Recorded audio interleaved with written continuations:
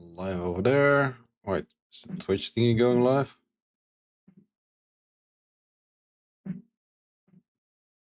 Yep, also live. Good stuff, good stuff.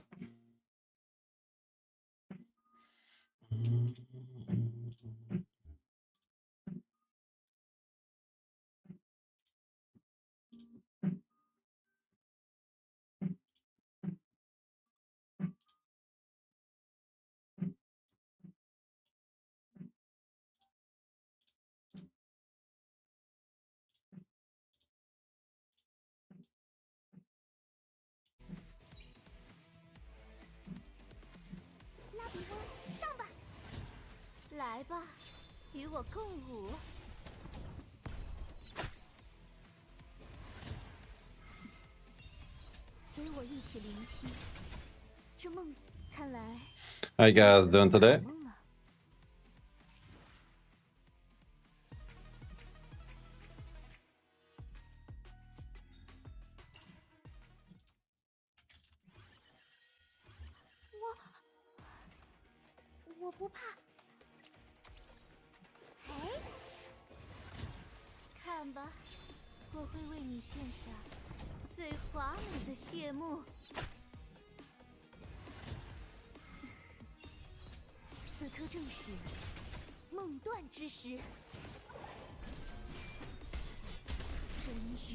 第4律，妄动兵刃，必死于兵刃之下。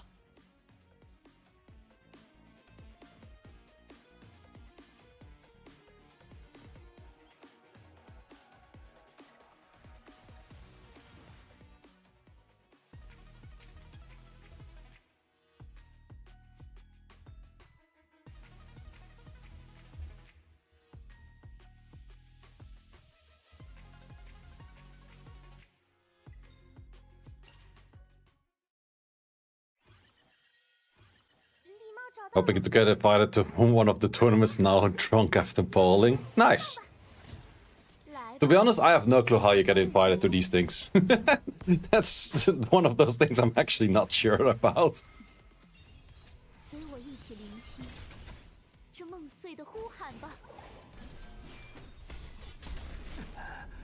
狂妄的下场只有一个。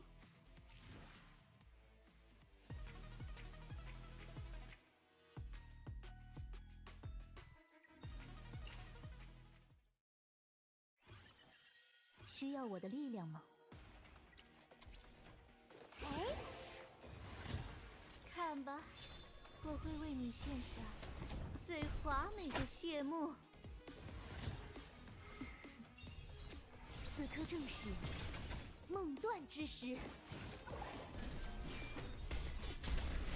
一定是第4律，妄动兵刃，必死于兵刃之下。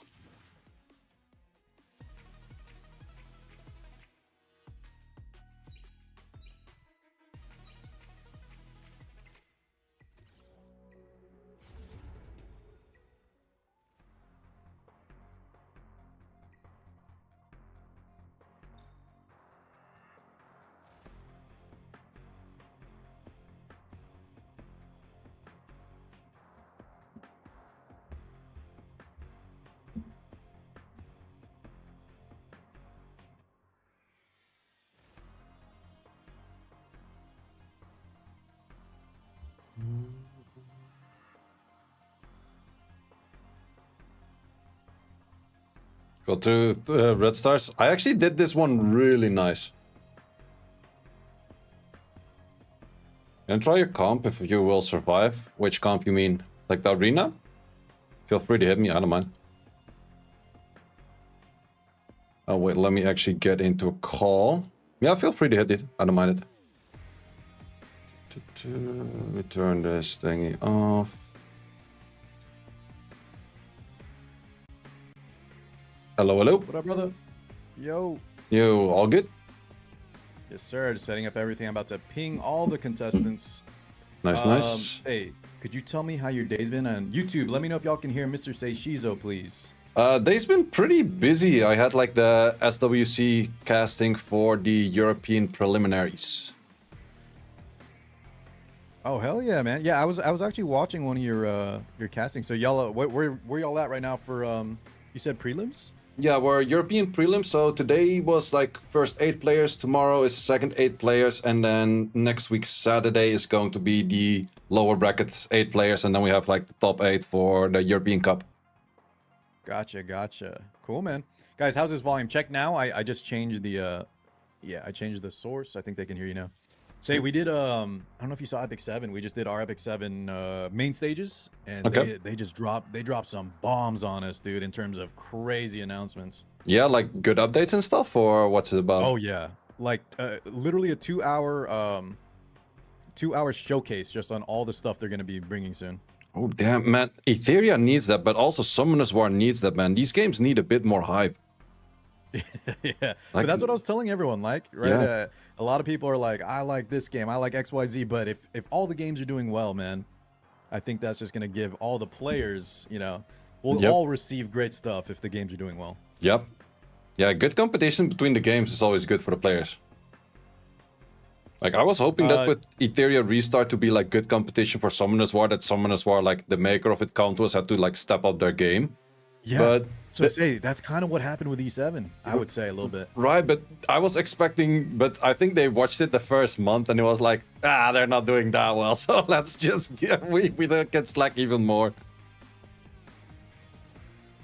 Oh yeah, sorry. Say I'm just messing with some audio here in the background. Thank No you guys. worries. Yeah, my mic, Windows keeps turning my microphone down. How's that now? Loud and clear, man. You good for you, say? Chat, Yep. everything okay? Chat on my side, can you also hear him? Should be able to, I guess. Yeah. Oh, say if you want to let you guys know, apparently we have a code too, but it's not live yet. They just told me to. Okay, cool. Hold on, let me find it for you. Yeah, I think it was sent in the group, right? You saw it? Okay. Yep. Yeah, weekly. Let me just find it for everybody real fast. I have it in my title. Okay, let me. Should we put it in the title or do we just? You can send it either way. Apparently though, it's not. Maybe it's going live here in like 5 minutes. We'll find out soon. Yeah, I guess it will probably be on a timer. Say if you don't mind, just if you want to just run down through some stuff, I'm gonna start adding everybody here on the background. Yeah, no, I'm just like chilling and vibing as well. I literally just went live like a few minutes ago, so I'm still in chill mode. What up, say chatters? Okay, so let's add W6 participants. Say room is up. Look for TimaeuSS. Wait, where was the code posted again? Is in our group call. Were you able to see it or no? It's like it's from TimaeuSS. Yeah, it should be from TimaeuSS, but Yeah, we were yapping a bunch of random stuff. yeah, I saw I the found it. code at some point. Weekly PvPS6. I'll post it again here. Oh yeah, I saw it. Like it's definitely a bit further down. Let me update some titles for that.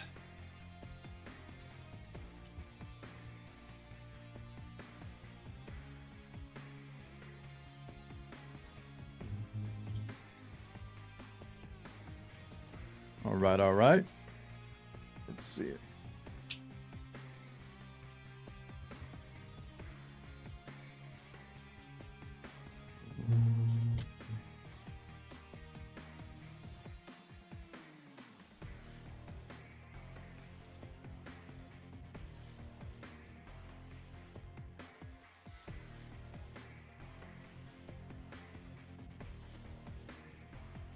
Let me actually claim that code myself. Well, I'm not sure if it's live yet. Probably goes live in a few minutes. Yeah, we'll check here in a few. They were telling me it doesn't work just yet. Okay. To be honest, I have to check like who's playing all. Actually, I have no clue. I was supposed to play in one of the teams. We got a few minutes. So guys, once again, we have a round robin, 3 teams, and we have team captains Bread, Big Bear, Gazo, and Once Was Blind, and they all drafted from a huge pool of players. So there'll be players you recognize: Sarah of the Lake, Ronaldo, Keker, Shotty, just to name a few. Chun, NeverLucky. These are some great players, and I like that this time around, since the team captains had to draft. Hopefully, the teams are going to be, you know, 1, it's not just like guild versus guild, but 2, a little bit more balanced as well. We're going to play every single match round robin style. So even if a team, it's a best of 3 format, right, in terms of both the individual games and the set. However, we're going to play all 3 matches because that's important for tiebreakers. Were you able to, you got the rules kind of down, right, Say? Yep, pretty much. I'll keep track of the win losses. Okay, that's good. It's good to see everyone play, because in this format before, if your two teammates did not win, you didn't get to play, which was kind of awkward. I know that's happened to you a few times. Wasn't that just our last one around? Yeah, the last one around I didn't get to play, but I was more confident in my teammates because there was at the moment that Revelation just got nerfed. Ah, yeah. I got you.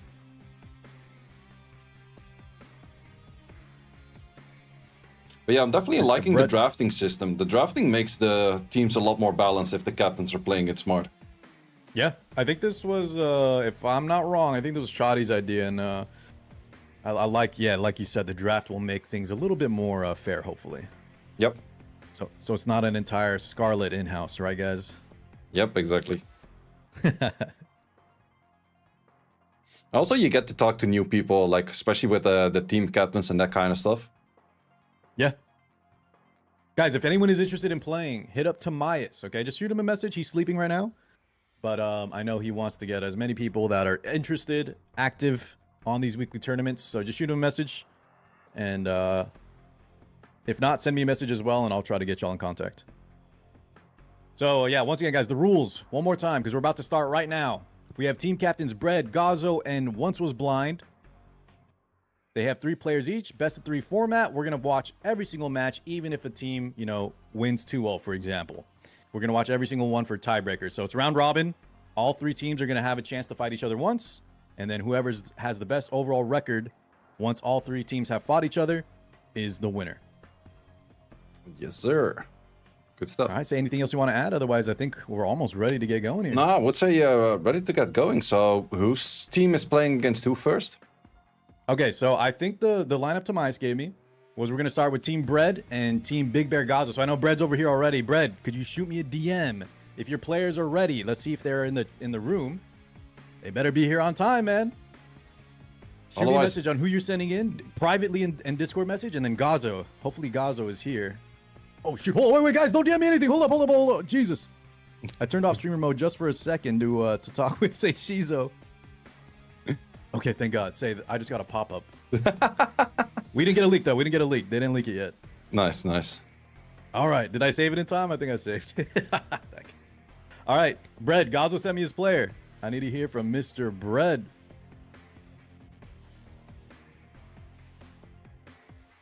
All right, say, I think they told me. They're sending them in, guys. Get ready. Thank you so much for tuning in. Thank you to Etheria. Thank you to Say Shizo for joining me on this cast, guys, on the weekly TimaeuSS tournament. Glad to have y'all here. One last thing. Say, if you can remind me, I usually remember, but we always have to manually set whoever loses gets first pick. Ah, yep. Makes sense. Okay. All right, guys. So for Team Bread, we have Sandalfon, and for Team Big Bear Gazo, we got NeverLucky. Ooh, this is gonna be a good one. Sandalfon is actually a player I played against in the beta, I think. It was my last match, which I lost against in the beta tournament. I haven't seen him since that much in tournaments.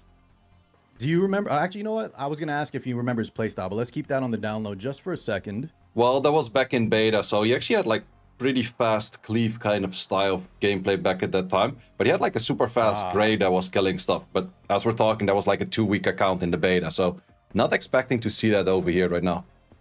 Got it. So say, talk to us real quick, man. Guys, once again, we're about to start. We are underway officially. Thank you so much for being here. Say, we were talking a little bit, you know, you mentioned was it 2 weeks ago, the Rev nerf kind of hit you hard. How are you feeling right now about the current state of the meta? Well, to be honest, I tried to switch towards like Bulwark style with Bloodbath. Bulwark I already did, but more Bloodbath. But to be honest, I feel like if I Bloodbath, I deal no damage. So I lose all of the Bruiser matchups, and my only W's still come from like semi-cleaves, whether it's a CC or just pure damage. Gotcha. Ooh, locking in some damage right away right there. All right. Oh, so the Fusho is actually on Halloween, and I know between Halloween Supernova, guys, I used to run a fast Fusho, but recently, since it's a Bruiser meta, a lot of players have been shifting to a very slow Fusho style to capitalize on, you know, more HP, maybe high effect res, and, you know, the Supernova and the Halloween have been the shells of choice. I haven't seen Halloweens just yet, but definitely Supernova is what you see. Also, the lock-ins are pretty fast, especially on that Holden over there in the 3.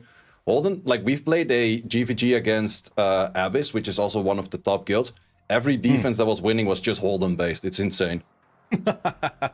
And that Holden looks like it's on that Jackal guard. Probably a Bulwark Bloodbath. Shout out to Brett. I know he's been the one kind of pioneering that. You mentioned you were running a lot of Bulwark Bloodbath too. I know it's good on a lot of units. I can't get this dang shell to drop though, man. Yeah, well, I have pretty good shells. It's just not working out for me on the damage, I would say. Also interesting to see, we see a Golden Lion on that Viper. So going for the stacking over there on like a long duration of a match. So what this might be, guys, is, yeah, another thing I might have seen from some of these top players is DPS Viper, especially against that Lilium. I haven't seen it actually in action yet, say, but I don't know if you've seen this at all, this kind of tech. Hopefully it's really good.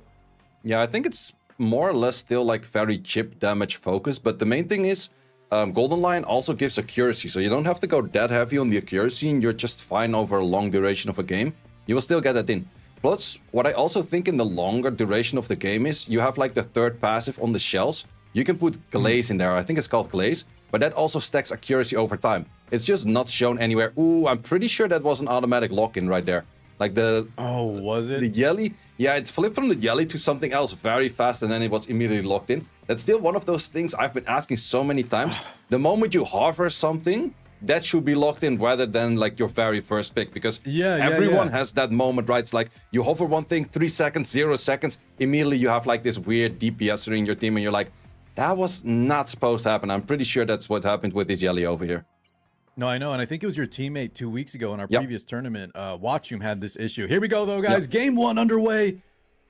Let's see what happens. Yeah, let's see who takes first turn. First turn, Lily. Do we boost up right away? Go for massive damage? I think you're just taking out that Yelly. It's like you're punishing that mistake right there, because in the end, it is a mistake that is made by yourself, but it's still a rough one to see. Yeah, because it's not like, you know, it wasn't just a bad draft. He kind of just, he could have picked sooner, but I mean, I feel like the game does need to fix that sooner than later. Here we go, though. S3 coming out. Yelly goes down. That's so bad for Sandalfon.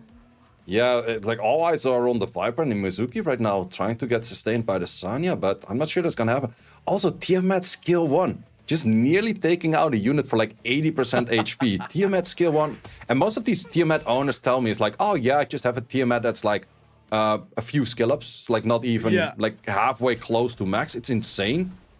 Just S1, and her S1 true damage hits like a truck, man. Yeah, it's... But, like, wasn't it Brad saying, like, oh, yeah, my Tiamat is, like, 131? I'm like, and it does half HP damage on the skill 1. You say, what? Really? His is 131? That's interesting. Yeah, I thought it was 131 what he said. Like, maybe he changed it over the duration of time, but that's...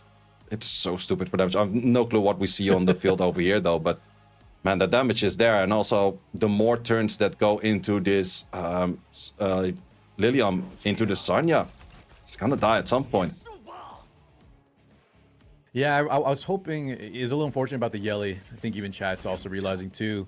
But I wanted to see kind of how this DPS Viper, but in a 3v4 scenario, we may not be able to get that. You talked about Golden Lion needing to go the distance to get its full value after its buffs. Yeah, definitely. And I would say the draft on the bottom side that we do see are... I'm actually not sure which side you're looking at, because we can have two different perspectives of that. But I'm looking from the Sanya point of view. I would... There's no that much sustain on the other side. So if you had a good pick instead of the Yelly, I think you had a good shot at this match by just bruising it out against no healers. But it's rough where you instantly lose a unit. 100%. You know, he's kind of hanging on here, though, Sandalfon, even though the 3v4 is active. But you're 100% right. If he had a second sort of sustain or anything else, really, that didn't die in one phase, you know, the Mizuki kind of trapping this Tiamat, this DPS Viper actually doing some work. It's doing some work. I'm just scared for the moment that the Lilium is going to destroy more HP of that Sanya. Like, that's the real deal breaker. But until then, this team is definitely holding up with just the 3 of them. And it's actually funny enough, we're talking about GVG earlier a little bit. This is a kind of defense you see on GVG, and it's doing very well. Yeah, no kidding. Now, we do have that injury lock you were talking about. She's still about 60%, and we have a 3v3 scenario. Hold up. Is this happening for Sandalfon? I think it actually is happening simply by stacking more and more. There's not enough damage to actually take anything out. I think he had to go for a twin trick on the Lilium to try to take things out and give it like a second turn that way. But right now, it's just Sanya is just healing. This attack break from the Viper is really keeping Lilium from getting a lot of momentum going. That Sonya, look at that. Just barely taking any damage. The Gigabyte paying off. Yep. Oh my god. Well, Yelly or not, we're just winning a 3 against 4 over here. It's doing very well. That's what it shows once again. Yeah, they're saying too, it's three SR characters are winning right now. Impressive. Yeah, that's really insane. And main thing is that it's just utilized by having a healer against no healer. That's just the main thing out there. Yeah. If you're playing Bruiser without any healer, you're gonna have a bad day. Oh man, and now we brought that Yelly back too, and with NeverLucky kind of down 2 DPS, she's probably gonna get a turn. Yep. If she gets a turn, she's still on buff. Yeah, we already have a concede over here. Like it was done deal the moment you started losing units on a 3 against 4. What a first match, ladies and gentlemen. All right, let me hand over the so NeverLucky this time will have the first pick, and then let's get straight into it. They're ready. I'm gonna start keeping track of the score. Yep, good stuff. Well, let's see pre-bans. Last time around we had a Rahul pre-ban and we had an Obo pre-ban. In this game, it is possible to go for recurring pre-bans. Is that the same in Epic 7?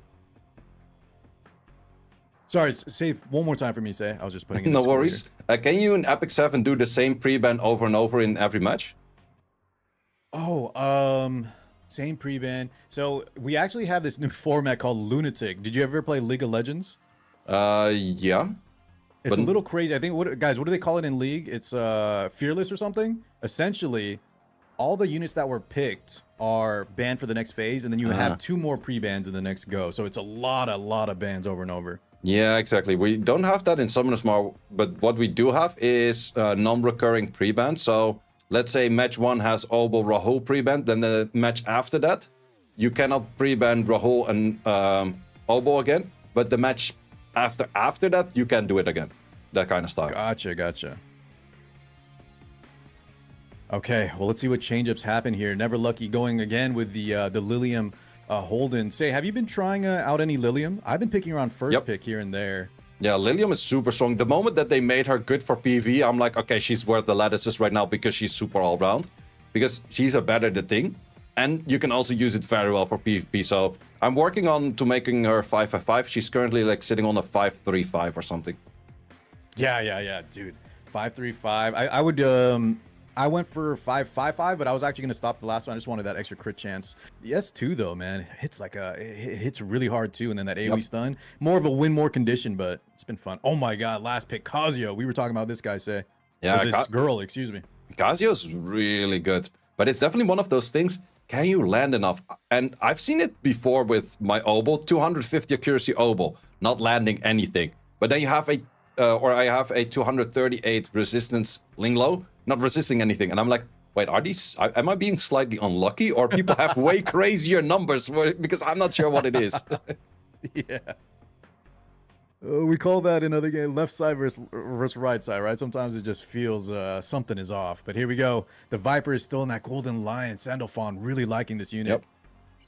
Yeah. At least this time around, we have both a sustainer on the field. Let's see if this Lily can do more work with the Lilium together.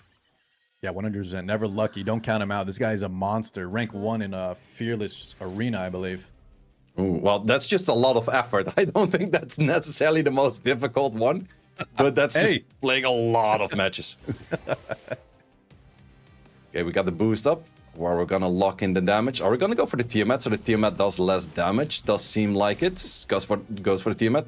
Half HP done. Yeah, well pointed out. Let's see that HP lock. They doubled it in that last patch. CD increase on that Viper. Still the Golden Lion though. Lots of shells cracking back and forth. A lot of out-of-turn activations right there. Yep. Viper as well, getting that S3.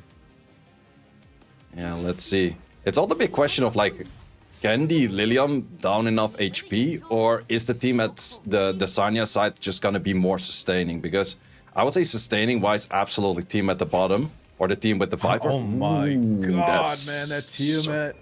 Man, Tiamat is the only unit of SSRs that I'm missing at the moment.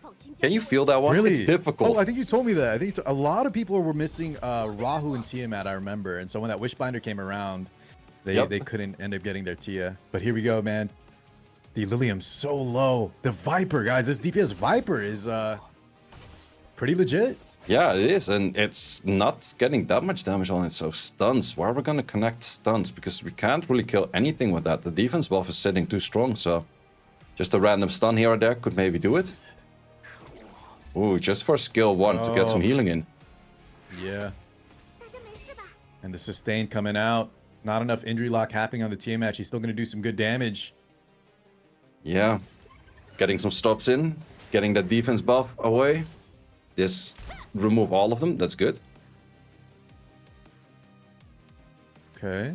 NeverLucky does have S3, opposite just S1, getting a little extra S1 damage from that Lilium. Yep, back for the healing. Will Sprayer is there, but how long is it gonna stay? Right. Dude, not bad. You see that? Yep, Golden Lion is stacking working. up again. But I'm scared of this Tiamat coming in, man. This Tiamat skill 1. It's done for, man. It's just so much damage. It's so much damage. You know what's interesting though? When you fight characters as Tiamat, like the Mizuki, sometimes the Holden, a lot of times you actually just never want to go into your Demon Dragon form because you're S1. You know, you don't get rebuttal on the AoE counters, and the S1, like we've been saying, man, hits way too hard. Yeah, absolutely true right there. And yeah, the demon form, it's really nice, but it's also definitely dangerous. The moment you're playing like 2 or 3 counter units, you're just losing HP by that point. So let's see if the Holder can do some work. Here we go. Good damage though, but this time he's only going to get countered by that Holden. Barrier keeping him healthy. Yep, and the Holden is the one you care least about, because most of the time elemental disadvantage, not that much accuracy on the Holden. Yeah, great point. Yeah, let's see if you can take out the Tiamat. It's still a big issue though, because the other 2 units on the side are very dangerous, whereas on the side of the Holden, only the Holden you care about. If the Holden is dead, match is over. Yeah, and we were talking about that elemental disadvantage. You see here, the Viper, he can't get a lot done between Tia, Viper, and they are whittling away. 3v4 scenario. Yeah, let's see, Mizuka, where you're gonna place your damage, or still trying to take something out, because as mentioned, the moment you kill Holden, match is over, but it is still somewhat dangerous to hit, and most Lilies are not that tanky. Yeah, did we catch, have you seen yet? Is this Lily on Bloodbath? I don't think so. I think it's a speedy Lily, because it's been taking a lot of damage. So I would be very surprised if it's anything else than Swift Rush. Right, right. Okay, well, NeverLucky has this Holden ready to go, but his tournament life is on the line. Best of 3 scenario. Sandalfon is up 1, and he's looking good in this match too. Okay amount of damage, but not the most. I've also noticed it with my Holden. The moment you go for just pure defense, it's good for the counters, but you're not really doing that much damage the moment your Holden is ignored. Exactly, yeah. Here we go, Tiamat again. Big AoE. Oh my god, Holden is out of there. Tiamat doing so much work right there, and that is a 2-0 quick victory in Bruiser matchups, actually. Yeah, you know, that's a great point. I think a lot of people are fearing 10-20 minute matches, but this DPS Viper, guys, I'm a fan. Well, I would say more credits to the Tiamat, though. The Tiamat was the actual killer. You know, that is a good point. I just, like, you know, game 1, Seishizo, we saw the Viper, but yes, Tiamat S1 was, oh my god. Can you imagine this character's been nerfed like 3 times already? Yeah, well, actually, it was a fun fact in the first tournament I played, which was the Fusion Cup back in January. Tiamat was permanently banned. It was just impossible to play against. Yeah, that's right. Bread, if you guys, well played from Sandalfon and NeverLucky. Captains, please send me your next player coming in. So, Seishizo, we have a 1-0 lead currently for Team Bread over Team Big Bear Gazo. Yep, let's see who they can bring. The options are Maloop or Shotty on the side of Brad, or Big Bear Gazo going in with Keker or Chun. All 4. Yeah, do you have any predictions here, what we might see? This is where the mind games kind of go in from the captains. They want to kind of either bait out or try to get favorable matchups. And Seishizo, you have a lot of experience in this position. Yeah, I would say that I think Maloop and Shotty are both really good players. Like, I think looking at the team of Brad, Sandal was most likely their worst player, I would almost say, which... No offense to Shandlo, he played absolutely well, but the 2 names on the others, they're always sitting at like at the top of RTA. So I would say on the other side, Big Bear Gazo, Keker is a very good player as well. I've seen him many times. Chun, I'm actually not too familiar with, so... I can give you some info on Vic, but here we go, guys. We have the next round of players. Thank you for that intel. We have from Team Bread, Shotty is going in. You guys know him. You may love him after his upset he did in the other week with that Veronica. Here we go, though. Here, let's place him in. And then for Team Big Bear Gazo, we have Cake. Yep, was actually expecting those two players because I think also by the ranking of how they're picked, I guess TimaeuSS listed them by the order of where they were picked. Those are also both of them their first picks, I think. Yeah, well said. All right, we're just waiting for them to ready up. Let me give a little intel on Vic Chun. Say he is an Epic 7 guy. I've known him a minute, so he is a monster over there on Epic 7. However, I would say in Etheria, right? He isn't quite up to snuff at like his Epic 7 level, but give him some time, dude. He is a competitor at heart. Okay, good to hear, good to hear. Let's see what they lock in for them pre-bans. What are you mostly pre-banning yourself these days? Oh, so say I just got back into Diamond, so honestly, I'm thinking probably I used to ban a lot of either Doki Doki because I don't have her, or things like Heinrich, maybe sometimes Obol, but I think I'm going to start stealing Obol for myself. Yeah, I think most of the time, anything you don't have or you simply don't have both, pre-ban that. So at least you're not removing from your own roster. In my case, I'm always removing the Doki Doki. Yeah, wait, do you have Doki, nope. Say, or are you kind of just trying to, you just don't like dealing with her? No, I don't have Doki. I don't have Doki and I don't have Tiamat. Those are my two big misses. Oh, wow. Dude, I'm so glad you said that, man. I felt like I was one of the few that doesn't have access to Doki, who is arguably one of the most powerful PvP units. Or just units in the game, I would say. Yeah, absolutely. It took a little while for people to pick her up, but that's just the lattice investment. Like, you're not going to go hard in lattices on a full-on support kind of unit. Except Lily, of course. That's just, like, she's broken throughout. But it's definitely one of those units, like, the moment people pick her up, it's like, wow, those cleanses, those cooldown reductions, everything that she provides is just so strong. They're calling us the non-Doki casters. Yep, non-Doki casters it is. Say, you talked about this Shotty versus Cake. I think you were saying these two are probably the most powerful. Once again, guys, this was a draft format. So Bread and Big Bear Gazo were able to draft from a pool of players. And all the players are very strong. However, some of them might have a few more accolades, maybe have more experience. And Shotty and Cake, I think, this is a powerhouse matchup. Yeah, it's very much a powerhouse matchup. It's also interesting to see the Fire Shiaki right away being picked up that early. It's a unit I still have to pick up myself in my roster, but it's still one of those units that's super strong. And on the side of Shotty, once again, we're going full as ours. Yeah, double healer into that Mizuki. I like this kind of traps that Tia lock as well from Cake. So that what we were talking about, whenever she goes demon form, you know, you get punched in the mouth and you get that wound activated. So only having Fusho as well, you're going to be light on some cleansing. Yep, we still have the Linglo available. I would expect the Linglo to pop up on the side of the Tiamat right now, on the side of Cake. Because just having... Ooh, we're gonna go for some CC right there. Definitely an interesting take. But I think you have to go double healing, otherwise you end up without your Fusho because it will probably get banned out. Yeah, it could be, or that the fact that he's relying on this Mizuki, that could be enough, right? With that Fusho, since you can't get the wound off, he may opt to just ban this Kazuyo instead. We'll see what he opts to do because I guess on terms of cleansing on his side, he only has that Sonya, and we've seen Kazuyo can take over the match by herself.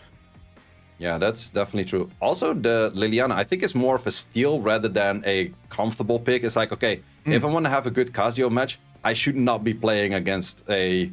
Or if I want to have a good Kazuyo match, I should not be playing against a Liliana. Or Lilian. Yeah, it could be. So... Could be a little steal there. Oh, but look at that. Say, you were talking about the healer. So Fusho gets taken out like you predicted. And now we have 3 healers on our side. Mizuki and the lock. So even if Rahu gets taken out, he still can play the long haul. Which Shotty definitely is no stranger to.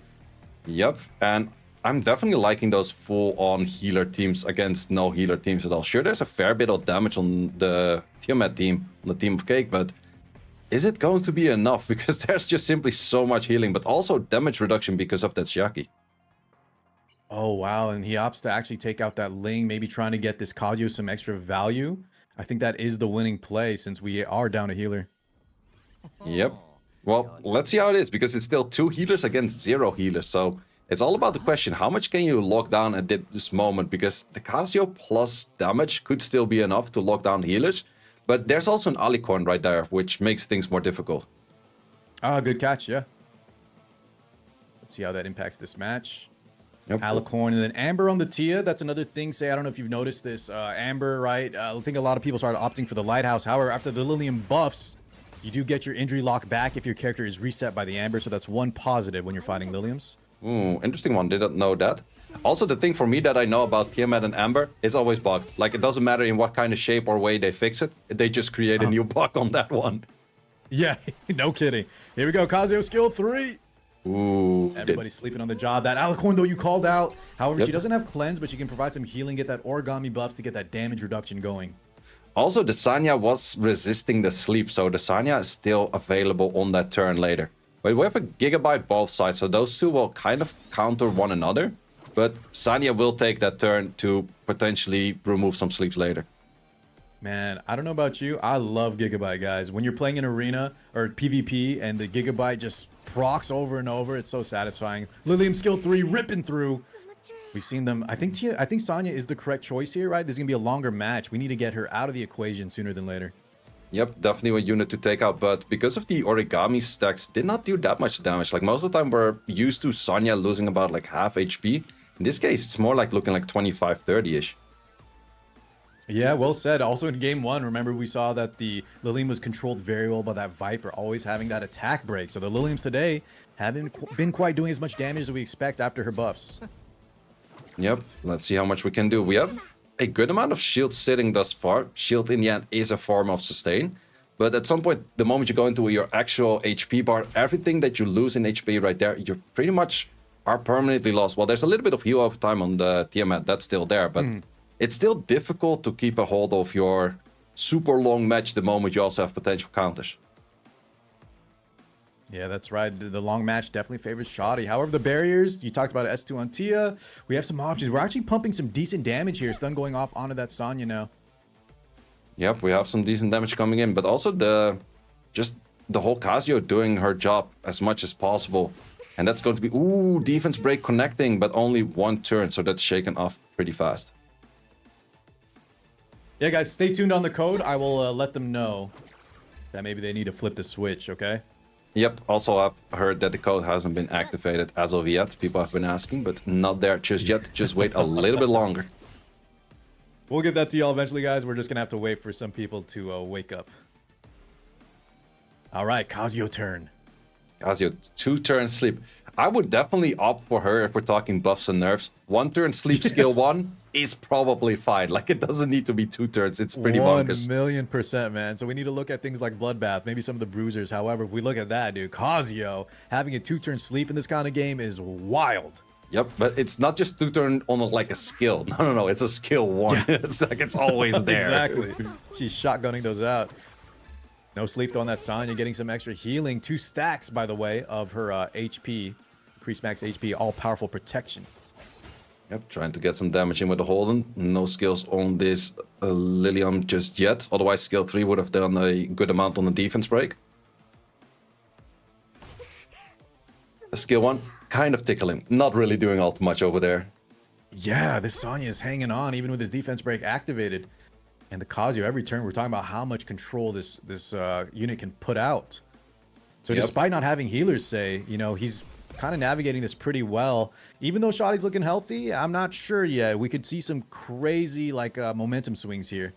Yeah, it's definitely all about, like, a good rotation with a Holden armor break into a good Lilium hit or something like that. That will definitely take things out. But in the end, the moment you have, like, 3-4 rotations of Lilium, Sanya's gonna die just to destroyed HP, and once again, Tiamat skill 1 is just ripping through things as well. Yeah, I don't think I'll ever get over that. The Tiamat S1 is so dang good. Here we go, though. Lilium has skill 3, sending it in. The Mecha Arms. That's okay, so we're getting close. Look at that injury lock. Yeah, that's so much destroyed HP. I'm not sure if in this game there is a cap to how much HP you can have destroyed by max. I'm sorry, say that one more time. Is there a gap of how much HP you can have destroyed? Because some other games you can only destroy like, let's say 70-80%. But no, that's a great point. Over here, I'm actually not sure. I know you can get to like less than 20 because I do that to TMS all the time and then I leave her alive. But that's a great. Does anyone know if there's a cap? Can you go to like 99%? Yeah, I hear someone saying in chat over here there's no cap, so you cannot actually like destroy like 99%. Nice. Very cool. I think by the time you usually get them to 20 though, like less than 20, right? The next hit is gonna kill them. But yeah. Someone's actually saying like into a Valerian Protect, you just destroy 100% of the HP. Oh, that's some cool interactions, guys. Yep. Holden S3 coming out. Now we have a 4v3. Cake actually kind of running away with this one. His health is getting a little low on the Kazuyo, but between the Kazuyo control from Cake's side, despite not having a healer, that resist though. Rahul resisted the sleep over there. No stunts, no kill, or well, one stun, but no kills. Yep. Big time artisan skill 3. Uh-oh. I fear for the life. I fear for the life of the enemy. Ooh, actually less damage than expected. It wasn't enough to knock out anybody. But the counters though, the counters are working. The Alicorn is working. That big S3 you're talking about really reduced teammates damage there. The wound activated, not that it matters. We don't have much healing. But Holden now ready to go. Well, big question is, Mizuki is moving in front of the Kaz over here. Can you actually take anything out? Because otherwise, I think that the Kaz is looking at a skill 3 again. Oh my god, and speaking of, she does get taken out. The Amber is procced. However, this is one of the things they just addressed, guys. Amber on wound. Look at that, 0 health. So now 1 tap and she's out of here. Yep, you can even save that for your other unit to just take it out. Oh, even one beautiful thing too, you see that, guys, in this game, T-Man has the damage share. So like say she was about to say, you use your attack to do damage to Lilium, and the damage share is enough to take that out in the freeze. Yep, definitely one of those interactions that just makes this Mizuki a really strong character over here. And was definitely a bit of a longer fight right here, but it's just the sustaining game, and if you can't deal enough damage to take out the great sustainers, it's difficult. Wow. I did kind of like that game plan from Cake. However, Shotty, man, this is the bruiser god. He navigated that one well and took the dub. So now Cake is going to have the first pick. Yep, let's see what Cake can do on that first pick. Last time around for pre-bans, I did already forget. I think we had a Lily on one side and a Doki on the other side for pre-bans. So I think we'll see those again. Sounds good. Let me just write down the scores here. So this is Shotty versus Cake. And we have a current 1-0 for Shotty. All right. Well, this looks like if Team Bread kind of runs away with this one, if Shotty locks this out right now against Cake, they will take the set. However, we will watch the last matchup, which is Maloop versus Vic, just for tiebreakers, guys. And it is nice to see all the players get to play. Yep, absolutely. Also fast lock-in on those units. This time around, we actually have a Lilium pre-ban. So we call it in Summoners War terms in SWC, we call it traumatizing pre-banning. So it's like, I lost against that unit, I don't want to play against that again. Yeah, that's just human nature, baby. I have seen a lot, though. This Holden into Rahu is a very, very strong lineup from a lot of players. Just take, the premier bruiser units. The Holden is kind of like the linchpin of all the defense scalers, bruisers in general. Then Sonya, probably the best healer at the moment if you don't need the cleanse from Ling. Yep, well, she even brings her own cleanses herself. It's just the immunity that she doesn't bring. But besides that, she's just so incredibly strong. Heals for so much. Once again, definitely the comfortable units in the lock-in position. Tiamat in there. Last time around, didn't manage to do as much damage, but still always a super dangerous unit.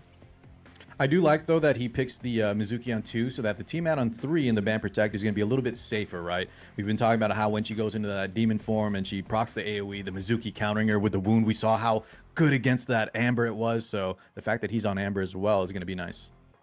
Yep, definitely a right pick over there. Also, Linglo sitting on the top next to that Rahul. Let's see if we're going more for damage right now, or are we still locking in more healers? Because Fucho is a unit you could lose, and we've seen it before. Tiamat without healer is not always doing that well, because you're always a bit more scared of doing your skill 3, getting into the demon form, anything like that. She really wants to be paired with a healer. Yeah, and just speaking of healers, say we got that Fire Chiaki. So just unlike game 1, right, we don't want to be trapped in that scenario where we have to rely on a Kazuyo, and every damage we take, we cannot ever sustain. So now we have at least one healer. We'll make it through between either Fusho or that Chiaki. And Viper, is that a golden lion again? Yep, that is a golden lion Viper right there. So I like the looks of that. Also very good into all of those will prayers, like trying to remove more and more will prayers throughout the match. So let's see what Shotty has as a final pick. Does he have like a good bruiser unit to answer to all of this? It would have been a Lilium, but the Lilium is pre-banned, so that's not going to be the case. Veronica, One Halloween. He loves this unit. Yeah, on the Halloween. So you were asking about the Halloween earlier, right? On the Fusho. Shotty's actually, I would say, one of the pioneers of running this on a lot of different units. Because he likes those extended matches, he gets a lot of value out of the resets over time. Yeah, Halloween is really nice. The only thing is I don't like the third module on the Halloween because you don't have one of the two speed modules on it. So you're locked in with probably like either Plague and something else that you're like, yeah, kind of, but not really. No, that's a good point. Yeah, some of the shells do have those subpar Inferno +6. Yep, well, let's see what it can bring on this match though. Let's see, which side are you looking for? So we're looking from the same perspective. I'm looking at Shotty's side, so the Rahu, Holden, Ling, Veronica. Same thing. I just don't click the camera, and hopefully we'll be on synced up here a little bit. Yep. Ooh, team ups coming in. That's also the Rahu difference. If you have your Rahu skilled up, the amount of draft stacks you get and the amount of team ups you get are so impactful. Also, Veronica's skill too. It's just a lot of damage. It's a lot of damage, and I know Shotty's Veronica is latticed out the wazoo. He loves this unit. Fusho, here we go. S3 coming out. Supernova. That's a lot of shields coming in already. Rahul giving himself some defense buff. I love that counter sound. It just the impact weight of it. But yeah, you were talking about the Rahu. A lot of times, guys, lattice on him. You can just kind of similar to T-Mat, just do S1 up to like 3 or 4. But like Seichi's was mentioning, the more you give him an S2, S3, it really, really exponentially gains because he's the assist bruiser monster. Yep, he's actually one of the key parts of the current hardest stage in any sync echo. Everyone that goes in with it pretty much has like a stacked out Rahul, otherwise it's not clearable. It's so funny you mentioned that because I was actually trying that on full auto and we're pretty much getting it done. It just still takes a little RNG. However, here we go. Another counter coming out from Mizuki. Wound landing on 2 different units now. Yep, but we have potential will prayers coming in later, so shouldn't be too much of an issue. Let's see where we go for the steal and how many steals can we do. You can also steal the origami stack, so you get like the damage reduction from that as well. Yeah, that's why this Veronica unit is just so deceptively powerful, right? Used in a lot of different matchups. A lot of times we saw her as an anti-cleaver with her immortality, the soul war, but now you just use her in a long match against bruisers too. Like you mentioned, the stealing the buffs. This character does good damage on us too, really does it all. Yep. It was also for me in the Fusion Cup, the first tournament I played. It was one of my core picks that I was doing. It was pretty much just locking in the Veronica together with the Hellkit when Hellkit was still good. Ah, yeah. That was what, in beta still? Yep, I think it was beta 3. Gotcha. I wish I could have seen when Hellkit was kind of strong because I feel like even after this round of buffs, he's still a little, I don't know if he's actually good enough yet. Yeah, the big issue was, or the big change was that the moment you broke the shield, you still had the immunity, which was super strong. I see. All right, T-Mat taking some damage there. That defense break activated. Yep, but also still a lot of healing coming in. Also, we're sitting at 19 stacks, so that is what to stay over there. Oh yeah, guys, this one's going to be your more typical bruiser lineup since we have healers on both sides. Expect this one to go the distance. Also, some of those shields that were popping up. The Mizuki had a shield for pretty much 80% of our HP bar at some point. That's just so many shields going back and forth. Another counter coming out. Rahu assist. The raw assist on the armor breaks. That's definitely where the damage comes from. Oh yeah, and it's adding up. You see the Jackal Guards also just popping in there. 2 turns away from the skills on the side of Veronica, but still, the moment you land those armor breaks, it's just 1 turn. But if they're very far away from their attack to get their turn in the first place, that's where these kind of things stick. That's right. T-Mat coming out. Demon form AoE. Decent damage. Gets countered for her troubles. Yep. Ooh, good damage coming in. Once again, no crit on this time around. Yeah, we were talking about the elemental disadvantage there. If that crit did happen, man, with that defense break, that would have looked a little bit more significant. Ooh, good 10k hit right there. Skill 2 available. 6k AoE. Good chip damage. Say, just I'm having some information come in from my side. The code, someone is saying it works. Ooh. Y'all want to double check that? Let's see. Yeah, people in chat, you can check out if the code works. Let us know. Okay, is this guy trolling me right now? That's also an option. God, anyways, let's get back to the match. Dude, I like this Chiaki. Another missed crit, but Chiaki's kind of been that healer in that like second string position after the Fusho, the Green Sanya, the Ling Low. She's been kind of the, that next healer of choice. I wonder if the new units, if one of them might be a healer, say. Yeah, I was actually gonna pivot exactly into the same topic because it's meant to be a hard count to Renkokutsu. But how do you counter something that's just difficult by RNG? Because in the end, Renkokutsu is not really a difficult stage if the RNG is in your favor. But if the RNG is bad, you get like a bad armor break turn order, something like that. You're dying. Yeah. I think that's just a lot of the difficulty sometimes. It is just, if you can get past that RNG, like you mentioned. Mizuki, ready to go. Has S3. Do we want to activate that defense up? Get some strips going. Look how many buffs. The whale prayers on the side of Shotty. Well, there's a lot of will prayers, but also all of the units are not looking super lively. So it's hard to say from this match standpoint of who's gonna win. Because in the end, the will prayers is the only thing keeping everyone alive. The moment you get rid of the Ling Low, match is fully open for an easy victory on the side of Cake. Let's see if that actually comes to fruition. That Ling is very low here. Yep, let's see. The nice thing is, though, Shotty has all the next 3 activations. So some of these whale prayers will come in. Maybe gets the top off. Veronica keep them healthy. I think we're still going to have a longer match on our hands, say. Could very well be. Let's see how much does she have in skills. She does have the AoE heal. That will add her a little bit, but just half HP is not that much just yet. Yeah, you think maybe still in kill range? Could be. TimaeuSS 1 potentially. We have the Mizuki. I see the potential out there. It's definitely a possibility. It's going to be difficult, but I see potential. Okay, well, yeah. I think, let's see, the Etheria effect currently is at level 2. So the heal... Oh my god, you saw that damage from that Tiamat. The Etheria effect is going to keep the healing very low. The barriers as well. The artisan barriers are not going to be giving as much value. Yeah, the big question right now is, do you want to send it on double skill 1 trying to take it out? Or do you want to go for something more sustaining as in going for the shield? I think that this is your opportunity to go for the kill, but I'm not sure if you're going to take it. Ooh, going for a kill for something I did not expect, but that is actually a way to play for a kill. Yeah. There it is, knocks it out. Finally getting a lead. Cake now in a 4v3 scenario. Veronica, S2 comes out. Not enough damage, though, to take out the Tia. Yep, not enough damage just yet, but also we're still looking at that Amber, which can do a lot of work on that unit, plus still healing a good amount. Artisan with a great shield right there. Yeah, I was kind of talking about the Etheria effect kicking in, but that healing, that Artisan is still providing a lot. Yep, Artisan is also still one of those shells that is super strong if it gets in on the right moment.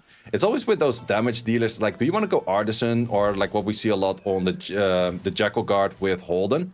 It still feels like the moment you have an Artisan in a long match, it's just so powerful.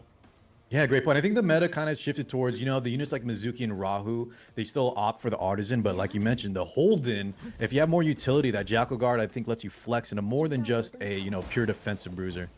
Well, that's definitely true. It's also better against like the cleaving style because you get more turns in the first place. But then again, are you seeing that much cleave like in the high end? I think there's still a few players doing that, but it's not as much anymore. 100%. Here we go. Rahu, though, getting some damage on there. TimaeuSS 3 comes out again. Or excuse me, just the AoE. Not enough damage just yet. Plus potential steal, so that's going to be some stolen origami stacks. No, actually did not steal any of the stacks. Yeah, what is, okay. Things not looking too good for Shotty. Health is very low, not able to kind of sustain past that midway point. Yep, this is the point where the Ling Low healing, it's kind of there, but it also feels like chip healing by this point, whereas the enemy team looks very lively. Well, there it is. The yield comes out. Yep. Yeah, it's one of those matches you can play all the way to the end, but these players are respecting everyone overhere's their time. Yeah, that's right, Shotty, right? Shotty definitely respects our time. Here we go, though. Good job, Cake, bringing it up to a tiebreaker, 1-1. Signs of life coming out from Team Big Bear Gazo. Yep, pre-bans last time around, Lily and the Lilium. Let's see if we go for the same pre-bans or we're gonna go something different. Yeah, so who's the one that changed it up? You said, I think it was like a... We went from a... Oh, that might have been the first set, but I think you mentioned that the Lilium got changed up here. Sonya taken out. Yeah, we actually have complete different pre-bans this time around because Shotty was locking out the Lily both games thus far. Cake had a first pre-ban on the Doki and then a pre-ban on the Lilium on the second round. This time around, we actually have a pre-ban on the Shiaki, the fire one, which is very interesting. Very cheeky, right? I think because he's in that first pick position, you take one of the healers, and then you put Cake in a spot where, yeah, he wants to grab that Holden, the higher prio draft, the meta units at the moment, and then Shotty's going to maybe have a trap here where there you see Cake has to take the Ling, now Shotty takes Fusho, and he's going to be left with 2 good healers. Fujo is also pre-banned already, so we could actually get into a match without any healers because both of the healers are not in the locked-in position. You're right. I totally overlooked that. So now we have a potential, guys, this could be a no healer bruiser lineup. Yeah, then the big question is, who works better with like artisans or other kind of like semi-sustains, because shield is sustained in the end. That's right. Oh, I was about to say that golden lion coming through. No, the Rahu. And Rahu actually, I think, is a very, very nice lineup into that Tiamat. Yep. Plus also has the artisan. So like the moment you start banning out each other's healers, you at least have to have some artisans to work with. Otherwise, you have no sustain in that kind of regard at all. Yeah, so both teams have an artisan here. I'm very curious if the healers get banned out, guys. Say if you were in this position, you're fighting another bruiser, and you both have 1 healer to your name. Is that the play? Because if if your opponent is left with 1, I think sometimes a little weighted. If you have the Tiamat, you kind of want to make sure you have that healer. Yeah, Veronica comes through. Ooh, Veronica is also semi-healer because of the Ling Low being active on your enemy team. But I could see a world where we see a Lilium being locked in the 5th right now. Actually going for a cast, so we're gonna go. I could definitely see the cast team also banning out that Sanya, removing the heal. Yeah, remove the Sanya, and then I think the Casio probably has to go if you're on the side of Shotty. Yeah, the Casio is super dangerous because in the end you don't have any cleanses the moment that you lose your Sanya, so you have to respect that unit over there. But that does mean that your enemy does have a healer, but you can use some of that will prayer for your own team.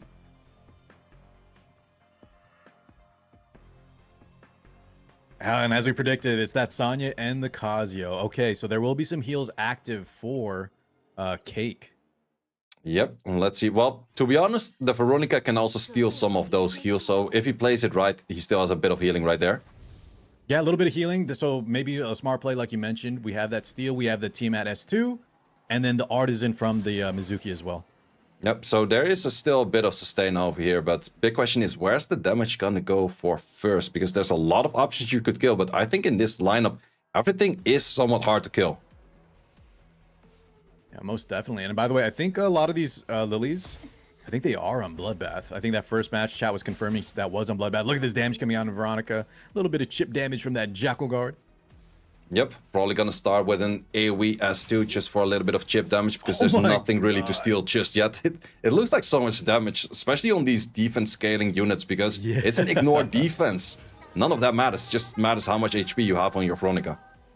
Most definitely adds up. But we have that Ling we were talking about. We do have some heavy sustain on the side of Cake. So easily getting that off and getting that immunity, that Bulwark proc on his team. Yep, let's see where the damage is gonna go. We're gonna go for some AoEs just now. Getting a little bit of counted just for. That Rasengan comes out. Another counter coming through from that Holden. Yep, thus far not all too much going around except for just a little bit of strips flying back and forth. And funny enough, the team with the hero looks less healthy right now. Yeah, that's how it works out a lot, right? Because when you have no healer, you have more damage on your side. And like we were talking about, the barriers kind of being the protection, the heal over time. Looking okay for Shotty here in the start.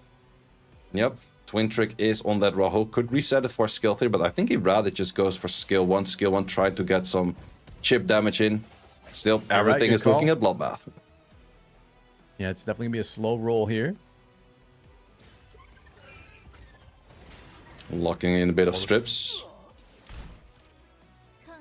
I love that counter. Yeah, strips activated, attack break, that effect resist break too. Where are we going to place the steal? Do we go for the Linglo that has the most amount of stacks? It's also the most likely the highest on resistance, which is also a thing you have to keep in mind with Veronica. If you target your Veronica skill 3 on anything with high resistance, you might steal absolutely nothing. Whereas you're thinking like, okay, I might steal more on this unit. Nothing is definitely not more. Great point. Yeah, I actually haven't built my Veronica yet, so a lot of it is just kind of watching these players and how they utilize her. Didn't think about that in terms of these steals and the effect resist. Here we go, though. Damage adding up onto that DPS Viper. This Golden Lion has been prominent in this tournament. Yep, but we also see a 22k HP shield all sitting on that Viper right now. That's the point where you're not going to deal as much damage into it. That is a lot of shield, but I think we were talking about in another match, right? The shield might protect, but when that falls off, since we don't have a lot of direct healing, That might stick around. Yep, especially when you could steal some will prayers, but you didn't manage to do any of those. Yeah, you're gonna leave your units at lower HP if you're not getting any healers in. Another S1. We're opting to just get that chip damage going. Yep, still trying to get rid of that shield, but that shield is holding on strong. Like, it's pretty much just waiting until the shield runs out. That Lily. Imagine if the Lily did not have Bloodbath, she'd be probably dead already. Yeah, I'm pretty sure about that as well. Like, the Bloodbath is really helping keeping her alive. Despite that, though, that's a lot of damage coming out from the side of Shotty. How much longer did this Lily have to survive? Yep, it's gonna be difficult. But then again, we're gonna lose the shield over here. No, wait, next turn we're gonna lose the shield. So shield is still holding on strong. Okay, Whale Prayer kind of keeping units a little healthy here and there. Holding up to bad. S1 damage. Still not breaking barriers. Double counter for his troubles. Yep, also adding in the wound. Oh my god, this Viper's going in.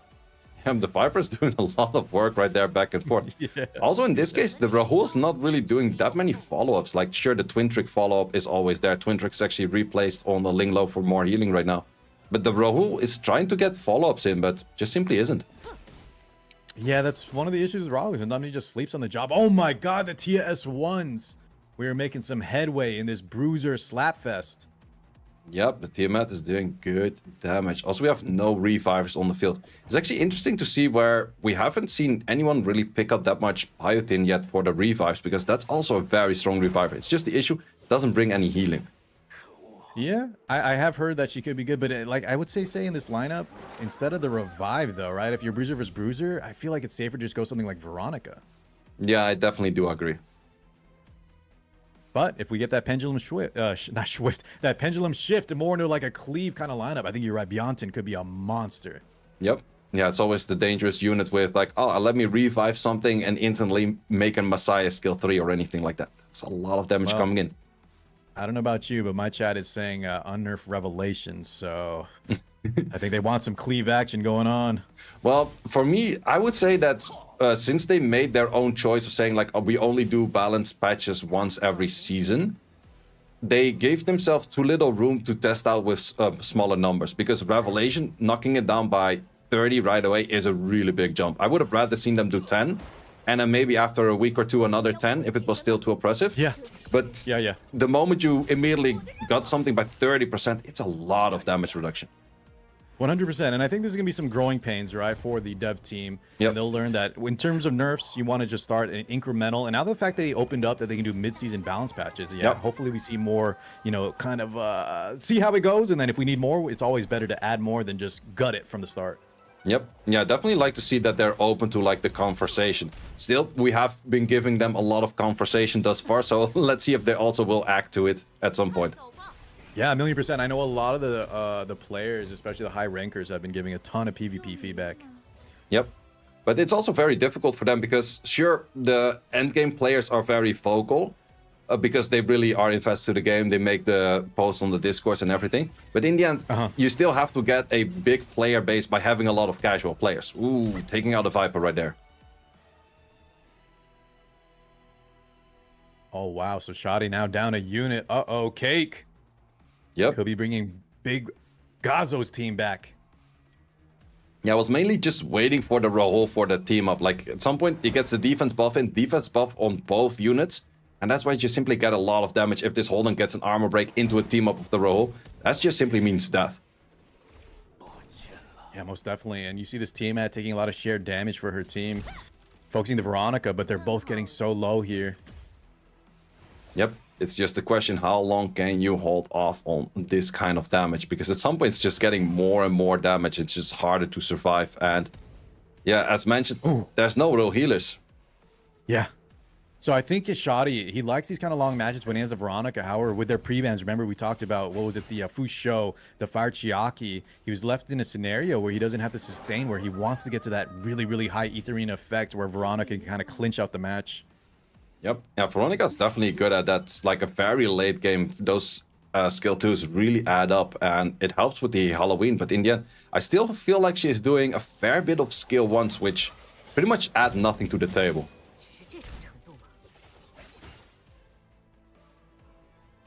Yeah, sit tight on the code, guys. We will forward that for them, and I'm sure they'll get it working eventually, okay? Yep. And there we Alright, have the victory on the side of Cake. Okay.